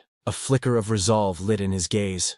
I will use this moment. With a firm step, Seo's foot slammed into the ground, cracks splintering outward as dust and debris swirled around him. His resolve burned unwaveringly in his heart. To ensure that his master would no longer be defiled, he vowed, each movement fueled by unyielding determination. With a fierce battle cry, Seo hurled himself downward like a spear, spiraling through the air with unstoppable momentum. The wind howled around him, the sheer force of his descent tearing through the sky. "Burn it all!" he roared in his heart, and aloud, channeling every ounce of his remaining strength into the final, all-consuming strike. The monstrous figure threw back its head and let out a thunderous roar, veins bulging as raw power surged through its massive frame. Muscles tightened like steel cables, and with a savage lunge, it thrust its arm upward toward the descending Seo. Seo's thoughts raced as he plunged toward his target. I will die, he acknowledged grimly, the truth pressing heavily against his mind. But almost instantly, defiance flared in his eyes. I can't die yet. His jaw clenched, teeth grinding as he forced his body to endure. Just a little more, he urged himself, every muscle straining to push beyond its limits. He gritted his teeth, the metallic tang of blood seeping into his mouth as his senses sharpened to a razor's edge. He could feel everything, the area around him, the noises echoing in the air, the faint scents carried by the wind. He noted the subtle shifts in humidity and temperature, every detail registering in his mind. Even the warm blood wrapping around the tip of his tongue was unmistakable, grounding him in the brutal reality of the moment. His head throbbed violently, every heartbeat sending a pulse of agony through his skull. My brain feels like it'll explode. The pressure mounted to an unbearable peak, but instead of resisting, his eyes burned with feral resolve. Then I'll let it explode, he vowed, ready to sacrifice everything for this final moment. Seo's eyes blazed with a wild, unrelenting fire as he pushed his body beyond its limits. More, he demanded of himself, the raw energy surging through him threatening to consume his very mind. With a primal roar, he swung his blade downward, his voice echoing like thunder. Until my brain burns to a crisp, he unleashed every last shred of strength in a single devastating strike. A deafening crack split the air as a surge of crimson energy erupted outward, fracturing the space around it like shattered glass. The red light pulsed violently, radiating raw, destructive power that tore through everything in its path. Seo's eyes widened, his pupils constricting as shock and realization struck him all at once. His breath caught in his throat, and the tension in his face froze into an expression of raw disbelief, as if he had just witnessed the impossible unfold before him. It felt as though his skull might burst from the unbearable pressure, his mind teetering on the edge of collapse. Instead of yielding to the crushing strain of staking his life on the line, something within him broke past that limit, surpassing an unseen threshold he hadn't even known existed. His body felt strangely light as he drifted forward, sword in hand, through an unfamiliar void. Confusion gripped his thoughts. What's going on? Have I become delusional? He wondered, unsure if what he was experiencing was reality or something beyond it. Seo's eyes flew wide open, his pupils trembling as a jolt of realization surged through him. This is... The words caught between awe and disbelief, as if he had just stepped into a truth far beyond his understanding. Seo charged forward, his expression fierce and unyielding, sword poised to strike. He could finally see the moment of his enemy's attack. He could feel it. With a thunderous impact, Seo's strike met the towering Director Kim head-on. The creature's massive clawed foot slammed into the ground, cracking the earth beneath it, while its grotesque sinewed form twisted in an effort to overpower him. Seo drove forward with all his might, the clash shaking the battlefield as their combined force tore through the air. He stood firm beneath the dark, swirling sky, his tattered robes fluttering in the wind. Gripping his sword with unwavering resolve, he let the blade gleam with a brilliant arc of blue light that cut through the gloom. His weathered gaze was steady, carrying both the weight of countless battles and the unyielding will to see this one through to the end. Seo's blade pierced the dark clouds above, its edge trailing a sharp arc of blue light that split the sky. With a single decisive slash, his blade tore through the monstrous foe's massive frame. Blood erupted in a violent spray as the creature's agonized roar echoed through the air, its body convulsing from the devastating blow. Seo's strike carried both precision and overwhelming force, leaving the beast staggered and reeling. His eyes widened, a sharp glint of realization flashing within them. Could this be? He wondered, his gaze unwavering. The thought struck him like a thunderclap. Blood still gushed from the deep wound carved across Director Kim's chest, yet Kim's lips curved upward in a faint, almost serene smile. Seo's eyes widened in disbelief. Kim Young-hoon is smiling, a talent blessed by the heavens, and a talent forsaken by the heavens.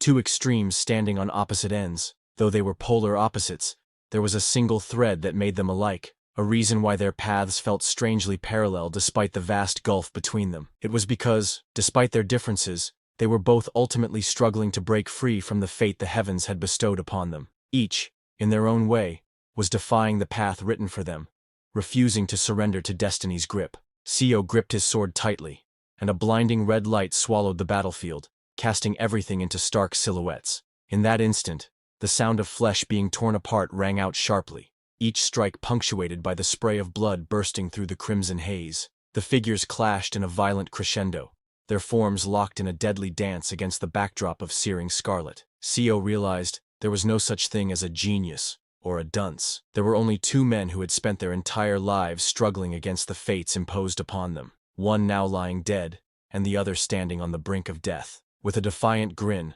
Director Kim's eyes gleamed with challenge as he asked Seo if he was going to stop there. But Seo knew this was not the end. He was not going to stop. He leapt high into the air, his cloak billowing as the tip of his sword gleamed under the moonlit sky. Channeling all his strength, he unleashed the 15th form. Layered Mountain, an overwhelming slash that descended like a tempest. The ground below erupted violently upon impact, shockwaves tearing through the earth as dust and debris exploded outward in a roaring cascade. Dust swirled in the aftermath, the fractured ground groaning beneath the strike's force. Amid the chaos, a voice echoed with cold finality. This is the end.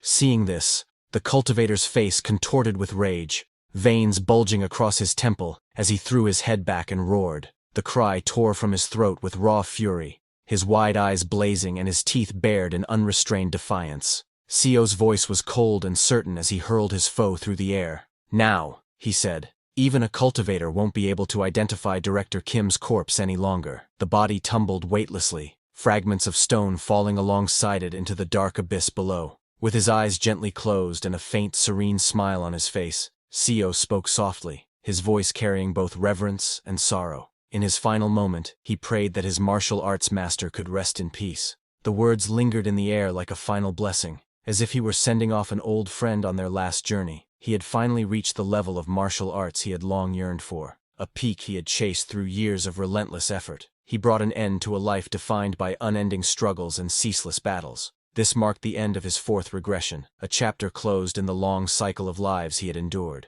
That's all for today, everyone. Before we wrap up, I want to let you know that we've recently launched a membership program here, where you can enjoy perks like early access to videos and soon, exclusive content just for members. You'll also receive custom badges and emojis to enhance your interactions. If you're interested, consider joining our membership to enjoy these benefits. Check out the link in the description to join. See you all in the next video.